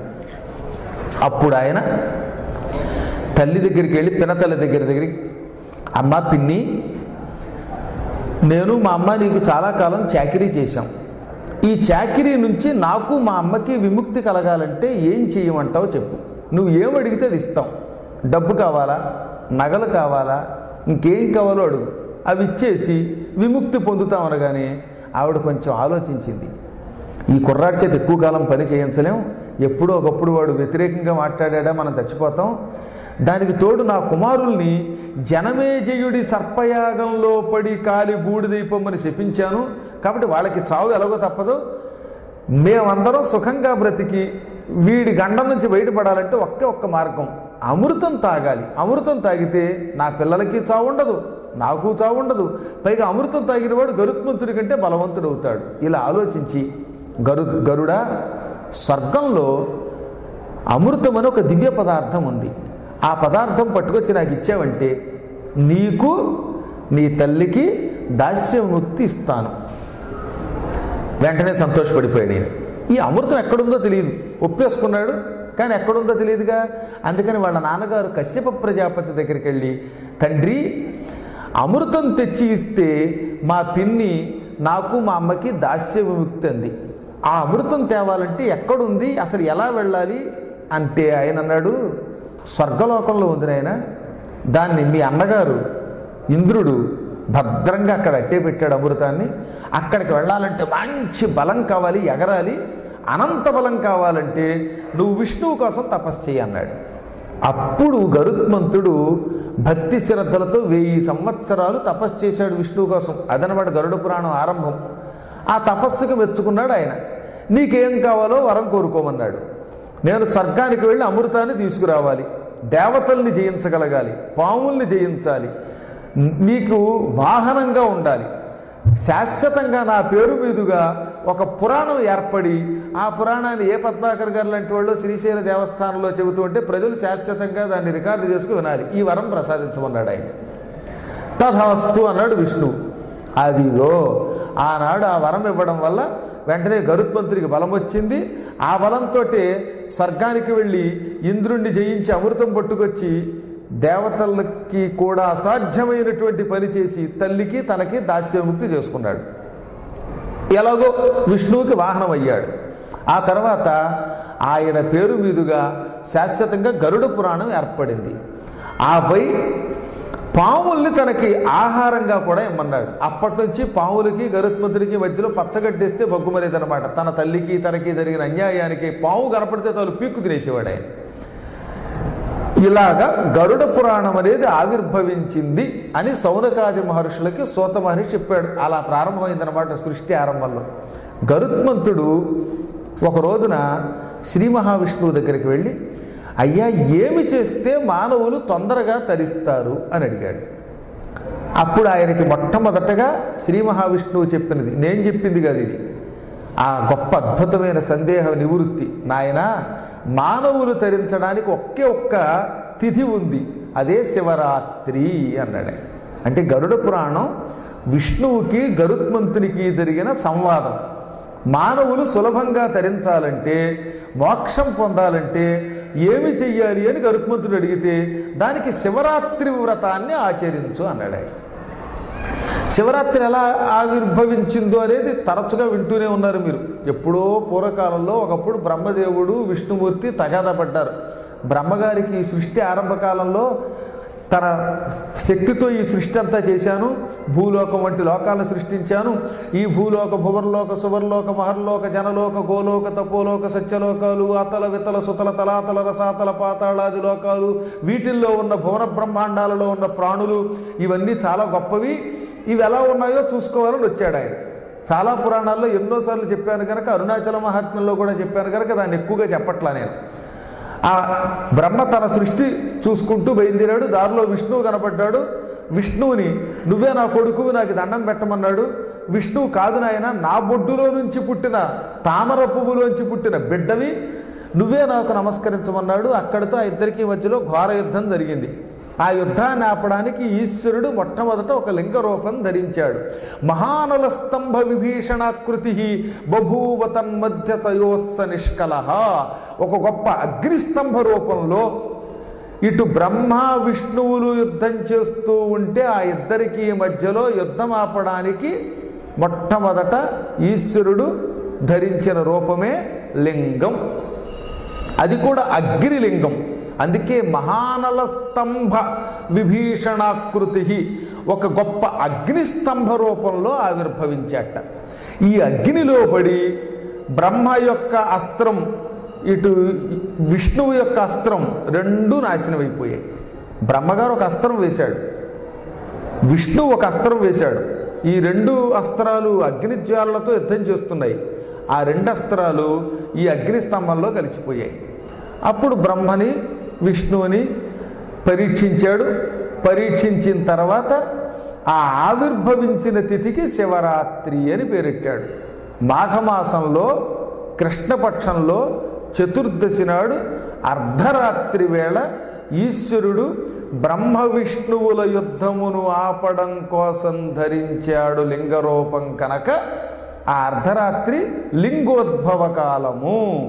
భవము అంటే పుట్టుట, ఉద్భవము అంటే తనంత తాను స్వేచ్ఛగా ఆవిర్భవించుట. మనకి ప్రారంభంలో ఏం చెప్పాను, మనంతటా మనం పుట్టాం, కావాలంటే చచ్చిపోలేము, మనకి స్వేచ్ఛ లేదు. కానీ ఈశ్వరుడు అలా కాదు, తనంత తాను కావాలంటే ఏ రూపమైనా ధరిస్తాడు, ఎక్కడికైనా వెళ్ళగలడు, ఎప్పుడైనా వెళ్ళగలడు, ఏవైనా చెయ్యగలడు. అందువల్ల ఆయనది స్వేచ్ఛ, మనది అస్వేచ్ఛ. ఆయన స్వతంత్రుడు, మనం పరతంత్రులం. మనది భవము పుట్టుక, ఆయనది ఉద్భవం అవతారం. ఈశ్వరుడికి 81 అవతారాలు చెప్పారు శివపురాణంలో. వాయుపురాణంలో 181 అవతారాలు చెప్పారు. లింగ పురాణంలో 1800 అవతారాలు చెప్పారు. మంత్రశాస్త్రంలో అనంత రూపములతో ఆయన అవతారాలు చెప్పారు. ఈ అవతారాలలో మొట్టమొదట లింగావతారం అన్నమాట. ఆ లింగం ఆవిర్భవించినటువంటి స్థలం అరుణాచలం. ఆ లింగము పుట్టినటువంటిది కృష్ణపక్షం, మాఘమాసం, చతుర్దశి, అర్ధరాత్రి. అదే శివరాత్రి. ఈ శివరాత్రి గురించి తలుచుకున్నా, శివరాత్రి నాడు ఉపవాసం ఉన్నా, శివరాత్రి అనే మాటల్ని పదే పదే లోపల ఉచ్చరించిన, ఇన్ని నీళ్లు శివరాత్రి నాడు ఈశ్వరుడి మీద చల్లిన అటువంటి వాడికి ఈ మానవుల శరీరం రమ్మన్నా రాదు, మృణ్మయ శరీరం రాదు, చిన్మయ శరీరం వస్తుంది. మన శరీరానికి స్వేచ్ఛ లేదని ముందే చెప్పుకున్నాంగా. మనం వద్దు బాబోయ్ అనుకుంటే ఈ క్షణంలో శరీరం విడిచిపెట్టగలమా? విడిచిపెట్టలేము. మళ్ళీ పుట్టాలంటే పుట్టలేము. ఏం పని చేయాలన్నా ఆ పని చేయలేము. నిజంగా చచ్చిపోదాం అనుకున్నట్టు ఒక ఆయన కొండెక్కి కిందకి దూకి చచ్చిపోదాం అనుకున్నాడు. చాలామంది అనుకుంటారు చావు మన చేతులు ఎందుకు లేదండి, ఈ క్షణంలో మేము కావాలంటే ఆత్మహత్య చేసుకుంటాం అనుకుంటారు, కానీ అది భ్రమ. కొండెక్కి కిందకి దూకి చచ్చిపోదాం అనుకున్నాడు నిజంగానే ఒక ఆయన. గిరి ఎక్కి పడిన ధర సాగరమున మునిగినను పావకము దొచ్చిన భీకర పనులతోడనాడిన మరణమకాలమున రాదు మహినెవ్వరికిల్. పాపం ఒక ఆయన ఎందుకో చచ్చిపోదామని అనిపించిందిట. వాళ్ళ ఆవిడికి వాడికి పళ్ళ ఏదో వాళ్ళ ఆవిడని పకోడీ చేయమన్నాడు. నేను పకోడీ చేయను, చెకోడీ చేస్తాను అంది ఆవిడ. చివరిలో ఏదో కోడి ఉంది కదా, పోనీ పకోడీ అయితేనే చెకోడీ అయితేనే, కాదు నాకు పకోడీ అన్నాడు. ఈవిడ చెకోడీ అంది. అక్కడి నుంచి నువ్వు బోడీ అంటే నువ్వు బోడీ అని తిట్టుకున్నారు. భార్య మీద అలిగి జీవితం మీద విరక్తి కలిగి నేను చచ్చిపోతాను, ఆత్మహత్య చేసుకుంటాను అన్నాడు ఆయన. ఆవిడ పరమపతివ్రత, అలాగే చేసుకో అంది. ఎల్ఐసి చేసావు కదా, నాకు నామినీగా నన్ను పెట్టావు కదా, అంది. సరే పోయేవాడు పోవచ్చుగా, ఏది కాస్త పూరీ కూర పార్సిల్ చెయ్యి అన్నాడు. పోని ఆ పోయేటప్పుడు చచ్చేవాడికి పూరీ కూర ఎందుకంటే ఆవిడ ప్రశాంతి ఎక్స్ప్రెస్ కింద పడి చచ్చిపోదాం అనుకున్నాను. ఈ అశాంతి తట్టుకోలేక ప్రశాంతి ఎప్పుడు లేటే మార్కాపురం రోడ్డుకి 1 గంటకి రావాల్సి వస్తే 3ంటికి కానీ రాదు కదా, మళ్ళీ లేట్ అయితే ఆకలి వేస్తుంది కదా అని చెప్పి కాస్త పూరీ కూర చేసి పెట్టు అంటే సరేనని పాప ఆవిడ చేసి ఇచ్చేసింది. వీడు బయలుదేరాడు. ఈ మధ్యలో వీడికి ఏం బుద్ధి పుట్టిందో ఆ రైలు కింద పడి చావడం ఎందుకు, కొండెక్కి దూకి చచ్చిపోదాం అనుకున్నాడు వాడు. ఓ పెద్ద కొండెక్కి దూకెట్ట కిందకి. అదనమాట గిరి ఎక్కి పడిన ధర. కొండ ఎక్కి కిందకి డామ్మని దూకాడు చచ్చిపోదామని. నిజంగా చెబుతున్నమాట. పురాణాల్లో శ్లోకాలు ఏవి అసత్యాలు కావు. నేనేదో సరదాకి ప్రశాంతి ఎక్స్ప్రెస్ అన్నది వేరే పక్కన పెట్టండి. కొండ మీద నుంచి కిందకి దూకగానే ఆ సమయంలో ఎప్పుడూ లేనిది ఒక రైతు అప్పుడే ఇంటికి 4-5 ఎడ్ల బళ్ళ మీద గడ్డి తెచ్చాడు. పూర్వం పొలం కోసాక ఏం చేసేవారు, ఆ గడ్డి మేటని వేసేవారు. వాడి ఇంటి దగ్గర గడ్డి మేట వేద్దామని తీసుకొస్తున్నట్ట. తీరా ఆ కొండ దగ్గరికి రాగానే ఈ బళ్ళు తిరగబడి గడ్డి అంతా కింద పడిపోయింది. డామ్మని వీడి కిందకి దూకాడు కొండ మీద చచ్చిపోదామని. గడ్డి మీద పడ్డాడు. ఏదో నడ్డి కొంచెం బెడికింది తప్ప చావల. చద్దాం అనుకుంటే కొండ మీద నుంచి కిందకు దూకితే ఆ సమయానికి గడ్డి పడ్డం ఏమిటి అక్కడ? అది కర్మయోగం. వాడికి నిరుత్సాహం కలిగింది. ఎంత కొండ మీద నుంచి కిందికి దూకి చచ్చిపోతే వెంటనే చచ్చిపోవాలి. నిజానికి ఈ సమయంలో ఈ ఎడ్ల బండి తిరగబడి ఇక్కడెందుకు గడ్డి వచ్చిందో నన్ను బతికించడానికి కర్మ అనుకుని ఏమైనా మళ్ళీ చావాలనుకున్నాడు. వెంటనే ఏం చేశాడు, సముద్రం దగ్గరికి వెళ్ళాడు. వెళ్ళి డామ్మని అందులో దూకాడు. సాగరమున మునిగినను. సముద్రంలో దూకిన సమయంలోనే పెద్ద కెరటం వచ్చి వీడిని ఒడ్డుకు గెంటిందిట. చూశారో లేదో, ఒక్కొక్కడు నేను చావకూడదు అనుకుంటాడు పాపం. వాడు హాయిగా ఆడుకుంటూ ఉంటే కెరటం వచ్చి ఎత్తుకుపోయి చంపేస్తుంది. బీచ్ల్లో ఆడుకోవడానికి వెళ్ళిన పిల్లలు ఎంతోమంది చచ్చిపోయారు. కానీ వీడు చచ్చిపోదామని సముద్రంలోకి దూకితే కెరటం వాడిని విసిరి అవతల పారేసిందిట. ఏది విశాఖపట్నంలో ఉన్నవాడు కాస్త ఎగిరి అనకాపల్లిలో పడ్డాడు. ఇది ఎక్కడ గొడవరా, సముద్రంలో దూకి చచ్చిపోదాం అనుకుంటే ఇప్పుడు ఈ కెరటం ఒడ్డు మీదకి తోసింది. అయినా సరే పట్టు వదలని విక్రమార్కుళ్ళ మళ్ళీ ఆత్మహత్య చేసుకుందాం అనుకున్నట్ట. వెంటనే ఏం చేశాడు, ఇంటికి వచ్చేసాడు. ఓ పెద్ద అగ్నిగుండం తయారు చేసుకున్నాడు. ఆ అగ్నిగుండంలో దూకాడు చచ్చిపోదామని, భస్మం అయిపోదామని. ఆశ్చర్యం చెప్పమంటారా, అప్పటికి 6 సంవత్సరాలుగా ఆ ప్రాంతంలో చుక్క వర్షం లేదు. వీడు అగ్నిగుండం వేసుకుని చచ్చి దూకుదాం అనుకోగానే 6 ఏళ్లుగా వర్షం లేని ఆ ప్రాంతం అంతా ఆకాశం మేఘావృతమై ఢమ ఢమ ఢమ ఢమ అని ఉరుములతో పెద్ద శబ్దంతో కుండపోతగా కురిసేసింది వర్షం. మామూలు వర్షం కదనమాట, మాయిదారి వర్షం నాట.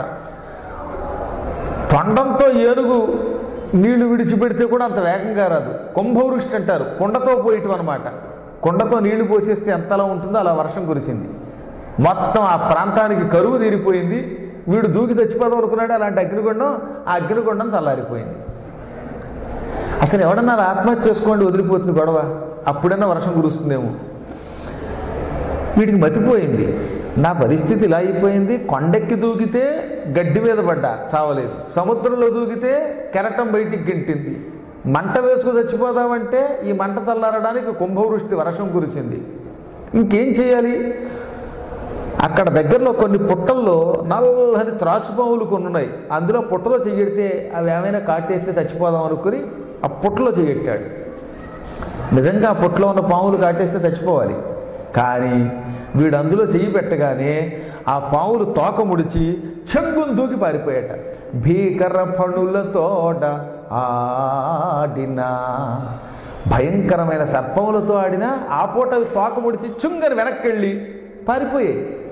మనం పొరపాటు అక్కడికి వెడితే కాటేసి చంపేసే పాములు కూడా వీడు కావాలని కాటయ్యోయ్ కాటయ్యోయ్ దిగు దిగు నాగా దివ్య సుందరంగా మన వాడు పాటలు పాడుతుంటారు కదా భజనలో, దిగు దిగు నాగా భజన చప్పట్లు బాధేసి ఆ తాళాలు పగలగొట్టి నాగోయ్ రాగోయ్ కాటయ్యి రాగోయ్ అని పాడితే కూడా కాటేయడు వాడు. అలాగ పాటలు పాడిన వీడు పొరపాటు కూడా కాటేయకుండా ఆ సర్పరాజు తోక ముడుచుకుని పారిపోయాట. అందుకని చిట్ట చివరి ఏమన్నారు, మరణం అకాలమున రాదు మహినెవ్వరికి. అకాలంలో మరణం రమ్మంటే రాదు. ఆయువు తీరనంత వరకు మనం ఎంత ప్రయత్నించినా మరణం రమ్మంటే రాదు. ఒకవేళ ఆయువు తీరితే నేను ఇంట్లోనే కూర్చుని బతకాలి, నేను చావకూడదు బాబోయ్ అని బెంగ పెట్టుకుని చచ్చిపోతాం. పోయే కాలం వస్తే ఎక్కడన్నా పోతారు. పాపం ఇంట్లో కూర్చుని బయటికి కదిలేవాడు కదా ఒక ఆయన, భయం బయటకు వస్తే యాక్సిడెంట్ అవుతుందని. నిజంగా మీరు చెబితే నమ్మరు, ఎప్పుడు ఇంట్లోంచి బయటికి రాకుండా బయటకు వస్తే సైకిల్ వాడు గుద్దుతాడో, స్కూటర్ వాడు గుద్దుతాడో, ట్యాక్సీ వాడు గుద్దుతాడో, లేదా గుళ్ళోకి ఎడుతూ ఉంటే పక్కనున్న వాడు డొక్కలో పడి చంపుతాడేమో, పులిహార తింటే అందులో ఉన్న మిరపకాయ గొంతుక్కెడి చచ్చిపోతుందేమో, ఇన్ని జాగ్రత్తలు పడే ఒక ఆయన ఇంట్లో కూర్చున్నాడు, ఫ్యాన్ విరిగి నెత్తి మీద పడి చచ్చిపోయాడు. ఇంకేం చెబుతాం, ఫ్యాను కర్మగాలితే. నేను ఇప్పటికి కూడా నాకు ఆశ్చర్యం ఏంటంటే, మా చిన్నప్పుడు మా ఇంటి పక్కన పాప ఒక ఆవిడ ఎంత భీతో, 1-2 సార్లు చూసుకునే అన్నం మెతుకులు కూడా చాలా జాగ్రత్తగా తినేది. ఆవిడ పేరుతో కనకదుర్గో ఏదో ఉండేదన్నమాట. ఆ పాప ఆ పుణ్యాత్మురాలు ఇది మిరపకాయ కరివేపాక ఇన్ని జాగ్రత్తలు తీసుకుని మెత్తగా వండుకు తినేది. మరి ఏం జరిగిందో, వాళ్ళ ఇంట్లో వాళ్ళు చేపల కూర పెట్టారట, ఆ చేప ముళ్ళు గొంతుకు వెళ్ళిపోయి చచ్చిపోయించారు. ఎన్ని జాగ్రత్తలు తీసుకున్నా పోయే కాలం వస్తే ఎవరు ఆపలేరు పాపం. ఆ ఆయువు తీరనంత వరకు ఎన్ని ప్రయత్నములు చేసినా మరణం రమ్మంటే కూడా రాదు. అందుకని జ్ఞానులు ఎప్పుడూ కూడా పొరపాటునైనా మనకి మరణం వస్తుందేమోనని భయము పొందకూడదు, ఒకవేళ మరణించమేమో అని అతి జాగ్రత్త తీసుకోకూడదు. ఈ అన్నిటి నుంచి బయటపారేసే అపూర్వమైన తిథి మహాశివరాత్రి పర్వదినం. ఎందుకు చెబుతున్నానంటే, ఆ అరుణాచల ప్రాంగణంలో ఆనాడు శివరాత్రి పర్వదినం వచ్చింది.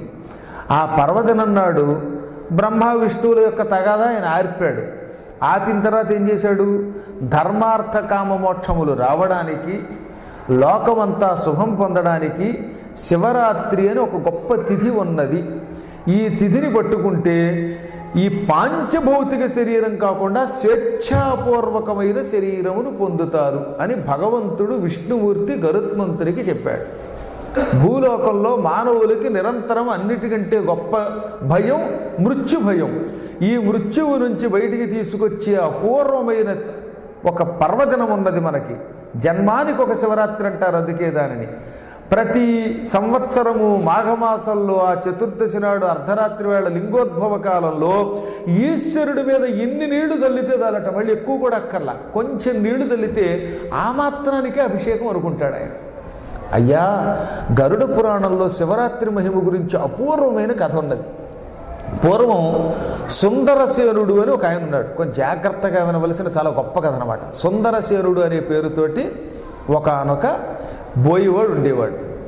ఈ బోయివాడికి కన్న తల్లిదండ్రులు ఏ పేరు పెట్టారో తెలియదు, కానీ వాడికి ఆ అడవిలో ఉన్నటువంటి ఋషులు మాత్రం వాడికి సుందరసేనుడు అని పేరు పెట్టారు. వాడికి వేటే వృత్తి.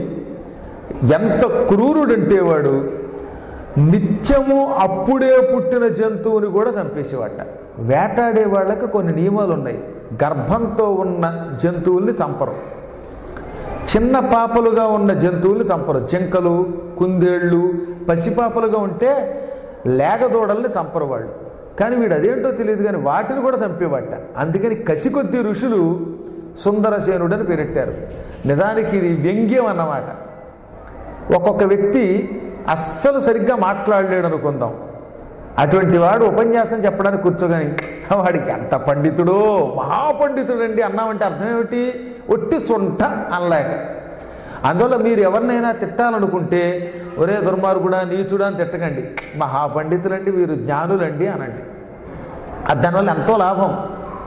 నేను ఒకసారి ధర్మ సందేహాల్లో చెప్పాను, గుళ్ళోకి ఎవరన్నా దర్శనానికి వస్తుంటే నడవండి నడవండి నడవండి అని విసుక్కోకండి, కదలండి కదలండి కదలండి అని తిట్టకండి, నమశివాయ నమశివాయ అనండి. కావాలంటే కసిగా ఇంకా వాళ్ళు కథలు పట్టాన ఆ లింగాన్ని పట్టుకుని వాళ్ళే పిక్కుపోవాలన్నమాట. ఇంకో ఎవడికి ఆ దర్శనం అవ్వకూడదు. అందుకని అలా పట్టేసుకుంటారు. వాడిని గంటపోతే వెనకాతల వాడికి దర్శనం అవ్వదు. సందేహం లేకుండా మనం ఎంతో కొంత గంటాల్సిందే. ఆఖరికి నా దగ్గర నుంచి మీ దగ్గర నుంచి అందరికీ ఆ పెచ్చ ఉంటుంది. కానీ ఉన్నప్పుడు మనమే దర్శనం చేసుకుంటే మిగతా వాళ్ళు ఏమవుతారు? కాబట్టి పాపం అక్కడ ఉన్నటువంటి వాళ్ళు తప్పక వాళ్ళని కదలండి, గంటాలి. గంటపోతే మిగతా కొన్ని లక్షల మంది అశేషంగా, ముఖ్యంగా శివరాత్రి లాంటి పర్వదినం నాడు వచ్చి పడిపోతారు. కానీ అక్కడ మాత్రం సంయమనంతో మనం చేయవలసిన పని ఏమిటో తెలుసా?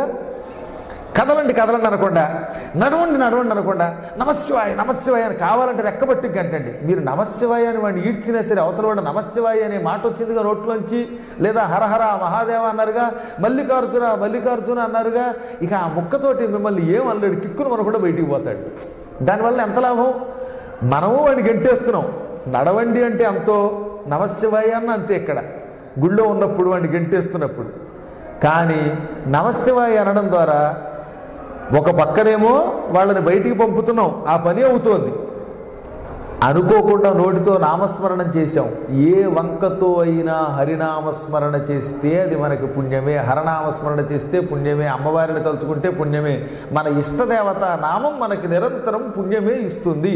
అగ్ని వంటిది అన్నారు నామస్మరణం, గుర్తుపెట్టుకోండి. అగ్ని ఎటువంటిది? మీరు తెలిసి ముట్టుకున్నా తెలియక ముట్టినా అందులో చేయడితే కాలిపోతుంది నిప్పు.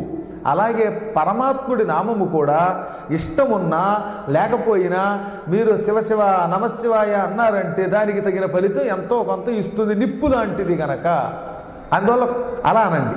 అలాగే భార్యాభర్తలు ఇద్దరికి మధ్యలో తగాదా వచ్చింది అనుకుందాం. ఎంతో ఆదర్శ దంపతులు, ఎప్పుడూ కొట్టుకోరు, కానీ ఆ మధ్యన కోపం వచ్చి కొట్టుకుంటున్నారు. అప్పుడు కూడా ఏమే దిక్కుమాలిందానా అని వీడు పిలవక్కర్లా, నమశివాయ అనవనండి. ఆయనకు కూడా కోపం వచ్చి కొట్టేయాలన్నంత కోపం వచ్చినప్పుడు నమశివాయ నమశివాయ అన్నాడంటే ఇంక ఈ కోపాలు ఏముంటాయి, పోతాయి. తద్వారా కోపంలో కూడా పరమాత్మ నామస్మరణ చేసిన పుణ్యం మనకు వస్తుంది. కాబట్టి మీద మెడబట్టి గంటేటప్పుడు నమశివాయ, అన్నం తింటున్నప్పుడు నమశివాయ, 2 బూరెలు వేయమనాలనుకోండి నమశివాయ, ఆ 2 బూరెలు చూపించండి. పోనీ 2 బూరెలు నమశివాయ అనండి. లేదా లాగి గోపు మీద కొట్టాలండి, ఏదో కొట్టినంత పని చేసి కొట్టేది లేనిపోను కూడా కొట్టినా నమశివాయ అనండి. అన్నిటికీ తిట్టితే నమశివాయ, కొడితే నమశివాయ, పడుకుంటే నమశివాయ. ఆఖరికి సెల్ ఫోన్ మాట్లాడుతున్నాడు మన మధ్యలో, పురాణం మధ్యలో ఎవడన్నా అనుకోండి నమశివాయ అంటే వాడికి అర్థమవుతుంది. ఈ వంకతో నమశివాయ నమశివాయ అన్నాడు కనుక ఈ సెల్లు మాట్లాడటం వల్ల వీడు హెల్లకు వెళ్లకుండా వీడు హెల్లలోంచి హాయిగా ఫుల్లుగా శివుడి దగ్గరికి పోతాడు. ఎంత లాభం దీనివల్ల? అందుకని నిరంతరం పరమాత్మ నామస్మరణమును ఉచ్చరించుము అన్నారు. తెలిసి కానీ తెలియక కానీ ఆ పరమాత్మ నామస్మరణ చెయ్యాలి. ఎందుకు చెబుతున్నారు? ఇది వ్యంగ్యము అంటారు దీనిని. ఒక వ్యక్తిని సొంట అనకుండా పండితుడు అంటే వాడికి ఆనందం కూడా. అసలు దానివల్ల ఎంత లాభం? ఒకటి మన నోటితో తిట్టట్లా, ఒట్టి పనికిమాలిన వాడిని తమరు మహాపండితులు, తమరు జ్ఞానులు, నన్ను వదిలేయండి అన్నామంటే గొడవలేదు ఇక. అందుకని మన ఋషులు వీడు క్రూరుడు, ప్రచండు, నీచుడు, చిన్న చిన్న జంతువుల్ని కూడా చంపి తినేంత క్రూరుడైనా వాడికి సుందరసేనుడని పేరెట్టారట, ప్రచండసేనుడని పేరెట్టకుండా. ఈ బోయేవాడికి ఈ కథ మర్చిపోకూడదు. ఈ హడావుళ్ళదు పూర్వం భయంకరమైన అరణ్యాలలో, కేకారణ్యాలలో, పుష్కరారణ్య ప్రాంతంలో ఒకానొక బోయేవాడు జంతువుల్ని వేటాడి చంపి తిని బతికేవాడు. కడుపుతో ఉన్న జంతువుల్ని, అప్పుడే ఈయనను దూడల్ని కూడా చంపేసేవాడు. ఇంకా పిట్టల్ని అయితే వాడు ఎన్ని పిట్టల్ని పొట్టన పెట్టుకున్నాడో లెక్కలేదు. అటువంటి క్రూరుడు వాడు.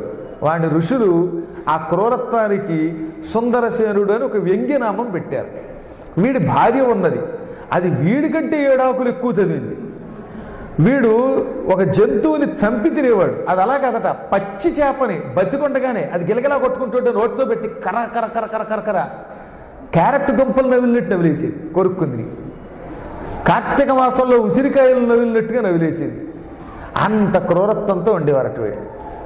ఒక రోజున ఏం జరిగింది, వీళ్ళ పెళ్లి రోజు. ఎంత దుర్మార్గులైనా మ్యారేజ్ డే, మళ్ళీ మొగుడు పెళ్ళాలు ఇవన్నీ మామూలే. వీళ్ళకి పెళ్లి రోజు వచ్చిందిట. వీడు అన్నాడు, భార్యామణి మన పెళ్ళి ఎప్పుడే 14 ఏళ్ళు గడిచింది, 14 సంవత్సరాలుగా పెళ్లి రోజున ఏదో ఒక జంతువుని వేటాడి నేను తెస్తున్నాను, దాంతో పలావు చేసుకు తింటున్నాం, మనం పలావులు చేసుకు తింటున్నాం. ఈసారి పెళ్లి రోజుకి నీకు ఏం కావాలో చెప్పు, ఆ జంతువుని వేటాడి పట్టుకొస్తాను, మనిద్దరం చక్కగా మంచి మాంసం వండుకుని తిందాం. ఈలోపు నువ్వు 2-3 కుండలతో కళ్ళు కూడా సిద్ధం చేసి, వాళ్ళు అది కూడా ఉండాలి, కళ్ళుతో పాటు మాంసం. ఏం మాంసం కావాలి నీకు అంటే, ఇదిగో నాకేం ఈ మధ్యకాలంలో జింక మాంసం తినాలని కోరిక ఉంది, నువ్వు కూడా జింకలు తేవట్లేదు, ఎంతసేపు పిచ్చి పిచ్చి జంతువులు తెస్తున్నావు. ఇది పెళ్లి రోజుకి ఒక మంచి జింకని వేటాడి పట్టుకురా. ఈలోపు నేను తెల్లారేసరికల్లా నువ్వు వచ్చేలోపు 4 కుండల కళ్ళు తెస్తాను, చద్దన్నం వండుదాం. ఆ చద్దన్నంలో ఈ జింక మాంసాన్ని కలుపుకుని దాన్ని తింటూ ఈ కళ్ళు తాగుతూ మన మ్యారేజ్ డే సెలబ్రేట్ చేసుకుందాం అని. ఓకే అన్నాడు ఈయన. బయలుదేరి కొంచెం ఇంగ్లీష్ వచ్చినట్టు వాడికి, అందుకని వెంటనే ఒక కోదండం పుచ్చుకున్నాడు. పుచ్చుకొని ఇంచుమించుగా సాయంత్రం 4 గంటల వేళ వాడి ఇంట్లోంచి వేటగా బయలుదేరాడు అనమాట. తెల్లారిలోపు జంతువు తేవాలి, మర్నాడేమో పెళ్లి రోజు, భార్య కళ్ళు సిద్ధం చేస్తుంది అనుకుంటూ ఇంట్లోంచి కోదండం పుచ్చుకు బయలుదేరాడు, మంచి బాణాలు పుచ్చుకుని. వీడికి వాడి భార్య అడిగిన వేళా విశేషమో ఏమిటో ఒక నల్లని జింక కనపడింది. కృష్ణ మృగము అంటాం, నల్ల జింక అనమాట. ఉపనయనాలలో నల్ల జింక చర్మం చాలా శ్రేష్టం. కానీ జింక చర్మాలు ఎప్పుడూ కూడా బతికున్న జింకని చంపి ఆ చర్మాలను వాడకూడదు. పూర్వకాలంలో ఋషులు జింక చర్మాల మీద కూర్చొని తపస్సు చేశారంటే దాని వెనకాతల ఒక అర్థం ఏమిటంటే, ఎట్టి పరిస్థితుల్లో జంతువు తనంత తాను చచ్చాక ఆ చర్మమును మాత్రమే వాడాలి. పూర్వకాలంలో జింకలన్నీ కలిసి ఒక రోజున ఈశ్వరుణ్ణి ప్రార్థించాయి. మీకు తెలిసే ఉండొచ్చు, చంద్రుడిలో జింక ఒకటి ఉంటుంది, అందుకే చంద్రుడికి మృగాంకుడు అని పేరు. శశాంకుడు, మృగాంకుడు అని. చంద్రుడిలో ఉన్నాయి మృగములు, అందుకే ఈ మృగములు చంద్రుడు ఎక్కడ ఉంటాడు? శివుడి శిరస్సు మీద ఉంటాడు. అందుకని ఒక రోజున శివుడి శిరస్సు మీద ఎప్పుడూ చంద్రుడు ఉంటాడు గనక శివుడి నెత్తి మీద ఇవి కూడా ఉన్నాయి, జింకలు కూడా. అందుకని ఈశ్వర, మేమెప్పుడు నీ నెత్తి మీదే ఉంటాం, మాకు ఒక కోరిక ఉంది, కోరిక తీర్చు అన్నారు. ఏమిటి అన్నాడు ఆయన. మహానుభావులు ఋషులు, వేద పండితులు అంటే మాకు ఇష్టం. ఋషులు వేద పండితులు మేము చచ్చిపోయాక మా చర్మముల మీద కూర్చుని వాటి మీద జపం చేస్తే వారికి ఎక్కువ ఫలితం కలిగేటట్టుగా వరం ఇయ్యి అన్నాయి. ఆయన వెంటనే ఏమన్నాడు, ఈ రోజు నుంచి ఒక వరం ఇస్తున్నాను.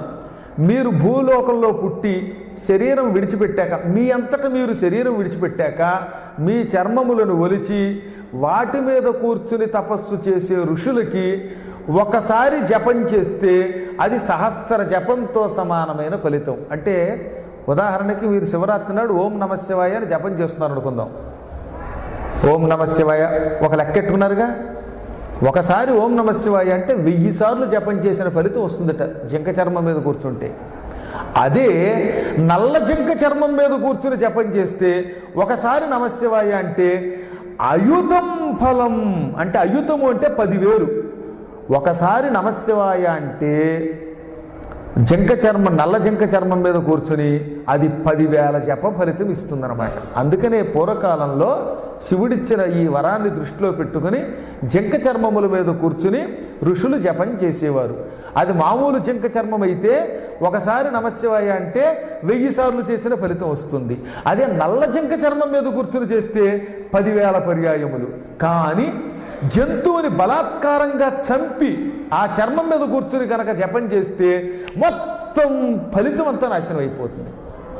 అందుకనే జింకల్ని వేటాడకూడదు, గుర్తుపెట్టుకోండి. కలియుగంలో ఎలాగో ఇప్పుడు మనకి గవర్నమెంట్ కూడా యాక్ట్ అది, అసలు అడవి మృగాలనే వేటాడకూడదు.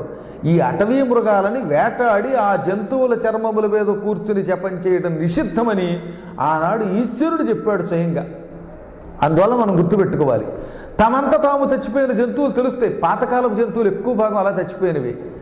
అందువల్ల ఇప్పుడు నేను ఎందుకు చెప్తానో తెలుసా, ఇప్పుడు ఈ మధ్యకాలంలో జింక చర్మాలు అమ్ముతామని ఎవరన్నా పట్టుకొస్తే కొనకండి, పులి చర్మాలు పట్టుకొస్తే కొనకండి. ఎందుకనంటే పరమ దుర్మార్గులు, కిరాతకులు మన బలహీనతను ఆధారంగా చేసుకుని అన్యాయంగా వాటిని వధించి ఆ చర్మాలని మనకు అంటగడుతున్నారు. ఆ చర్మములను కొనుక్కున్నవాడు, అమ్మినవాడు, దాని మీద కూర్చుని జపం చేసిన వాడు కూడా పాతకములు పొందుతాడని శాస్త్రం. ఎందుకంటే సాధువులుగా తమంత తాము చచ్చిపోయినటువంటి జంతువుల చర్మముల మీద మాత్రమే కూర్చోవాలి గనక, కలియుగంలో ఆ నమ్మకం లేదు గనక, అందువల్ల దాని గురించి వదిలేయండి. అప్పుడు ఏం చెయ్యాలి? కలియుగం వాళ్ళకు ఒక సులభమైన మార్గం చెబుతా.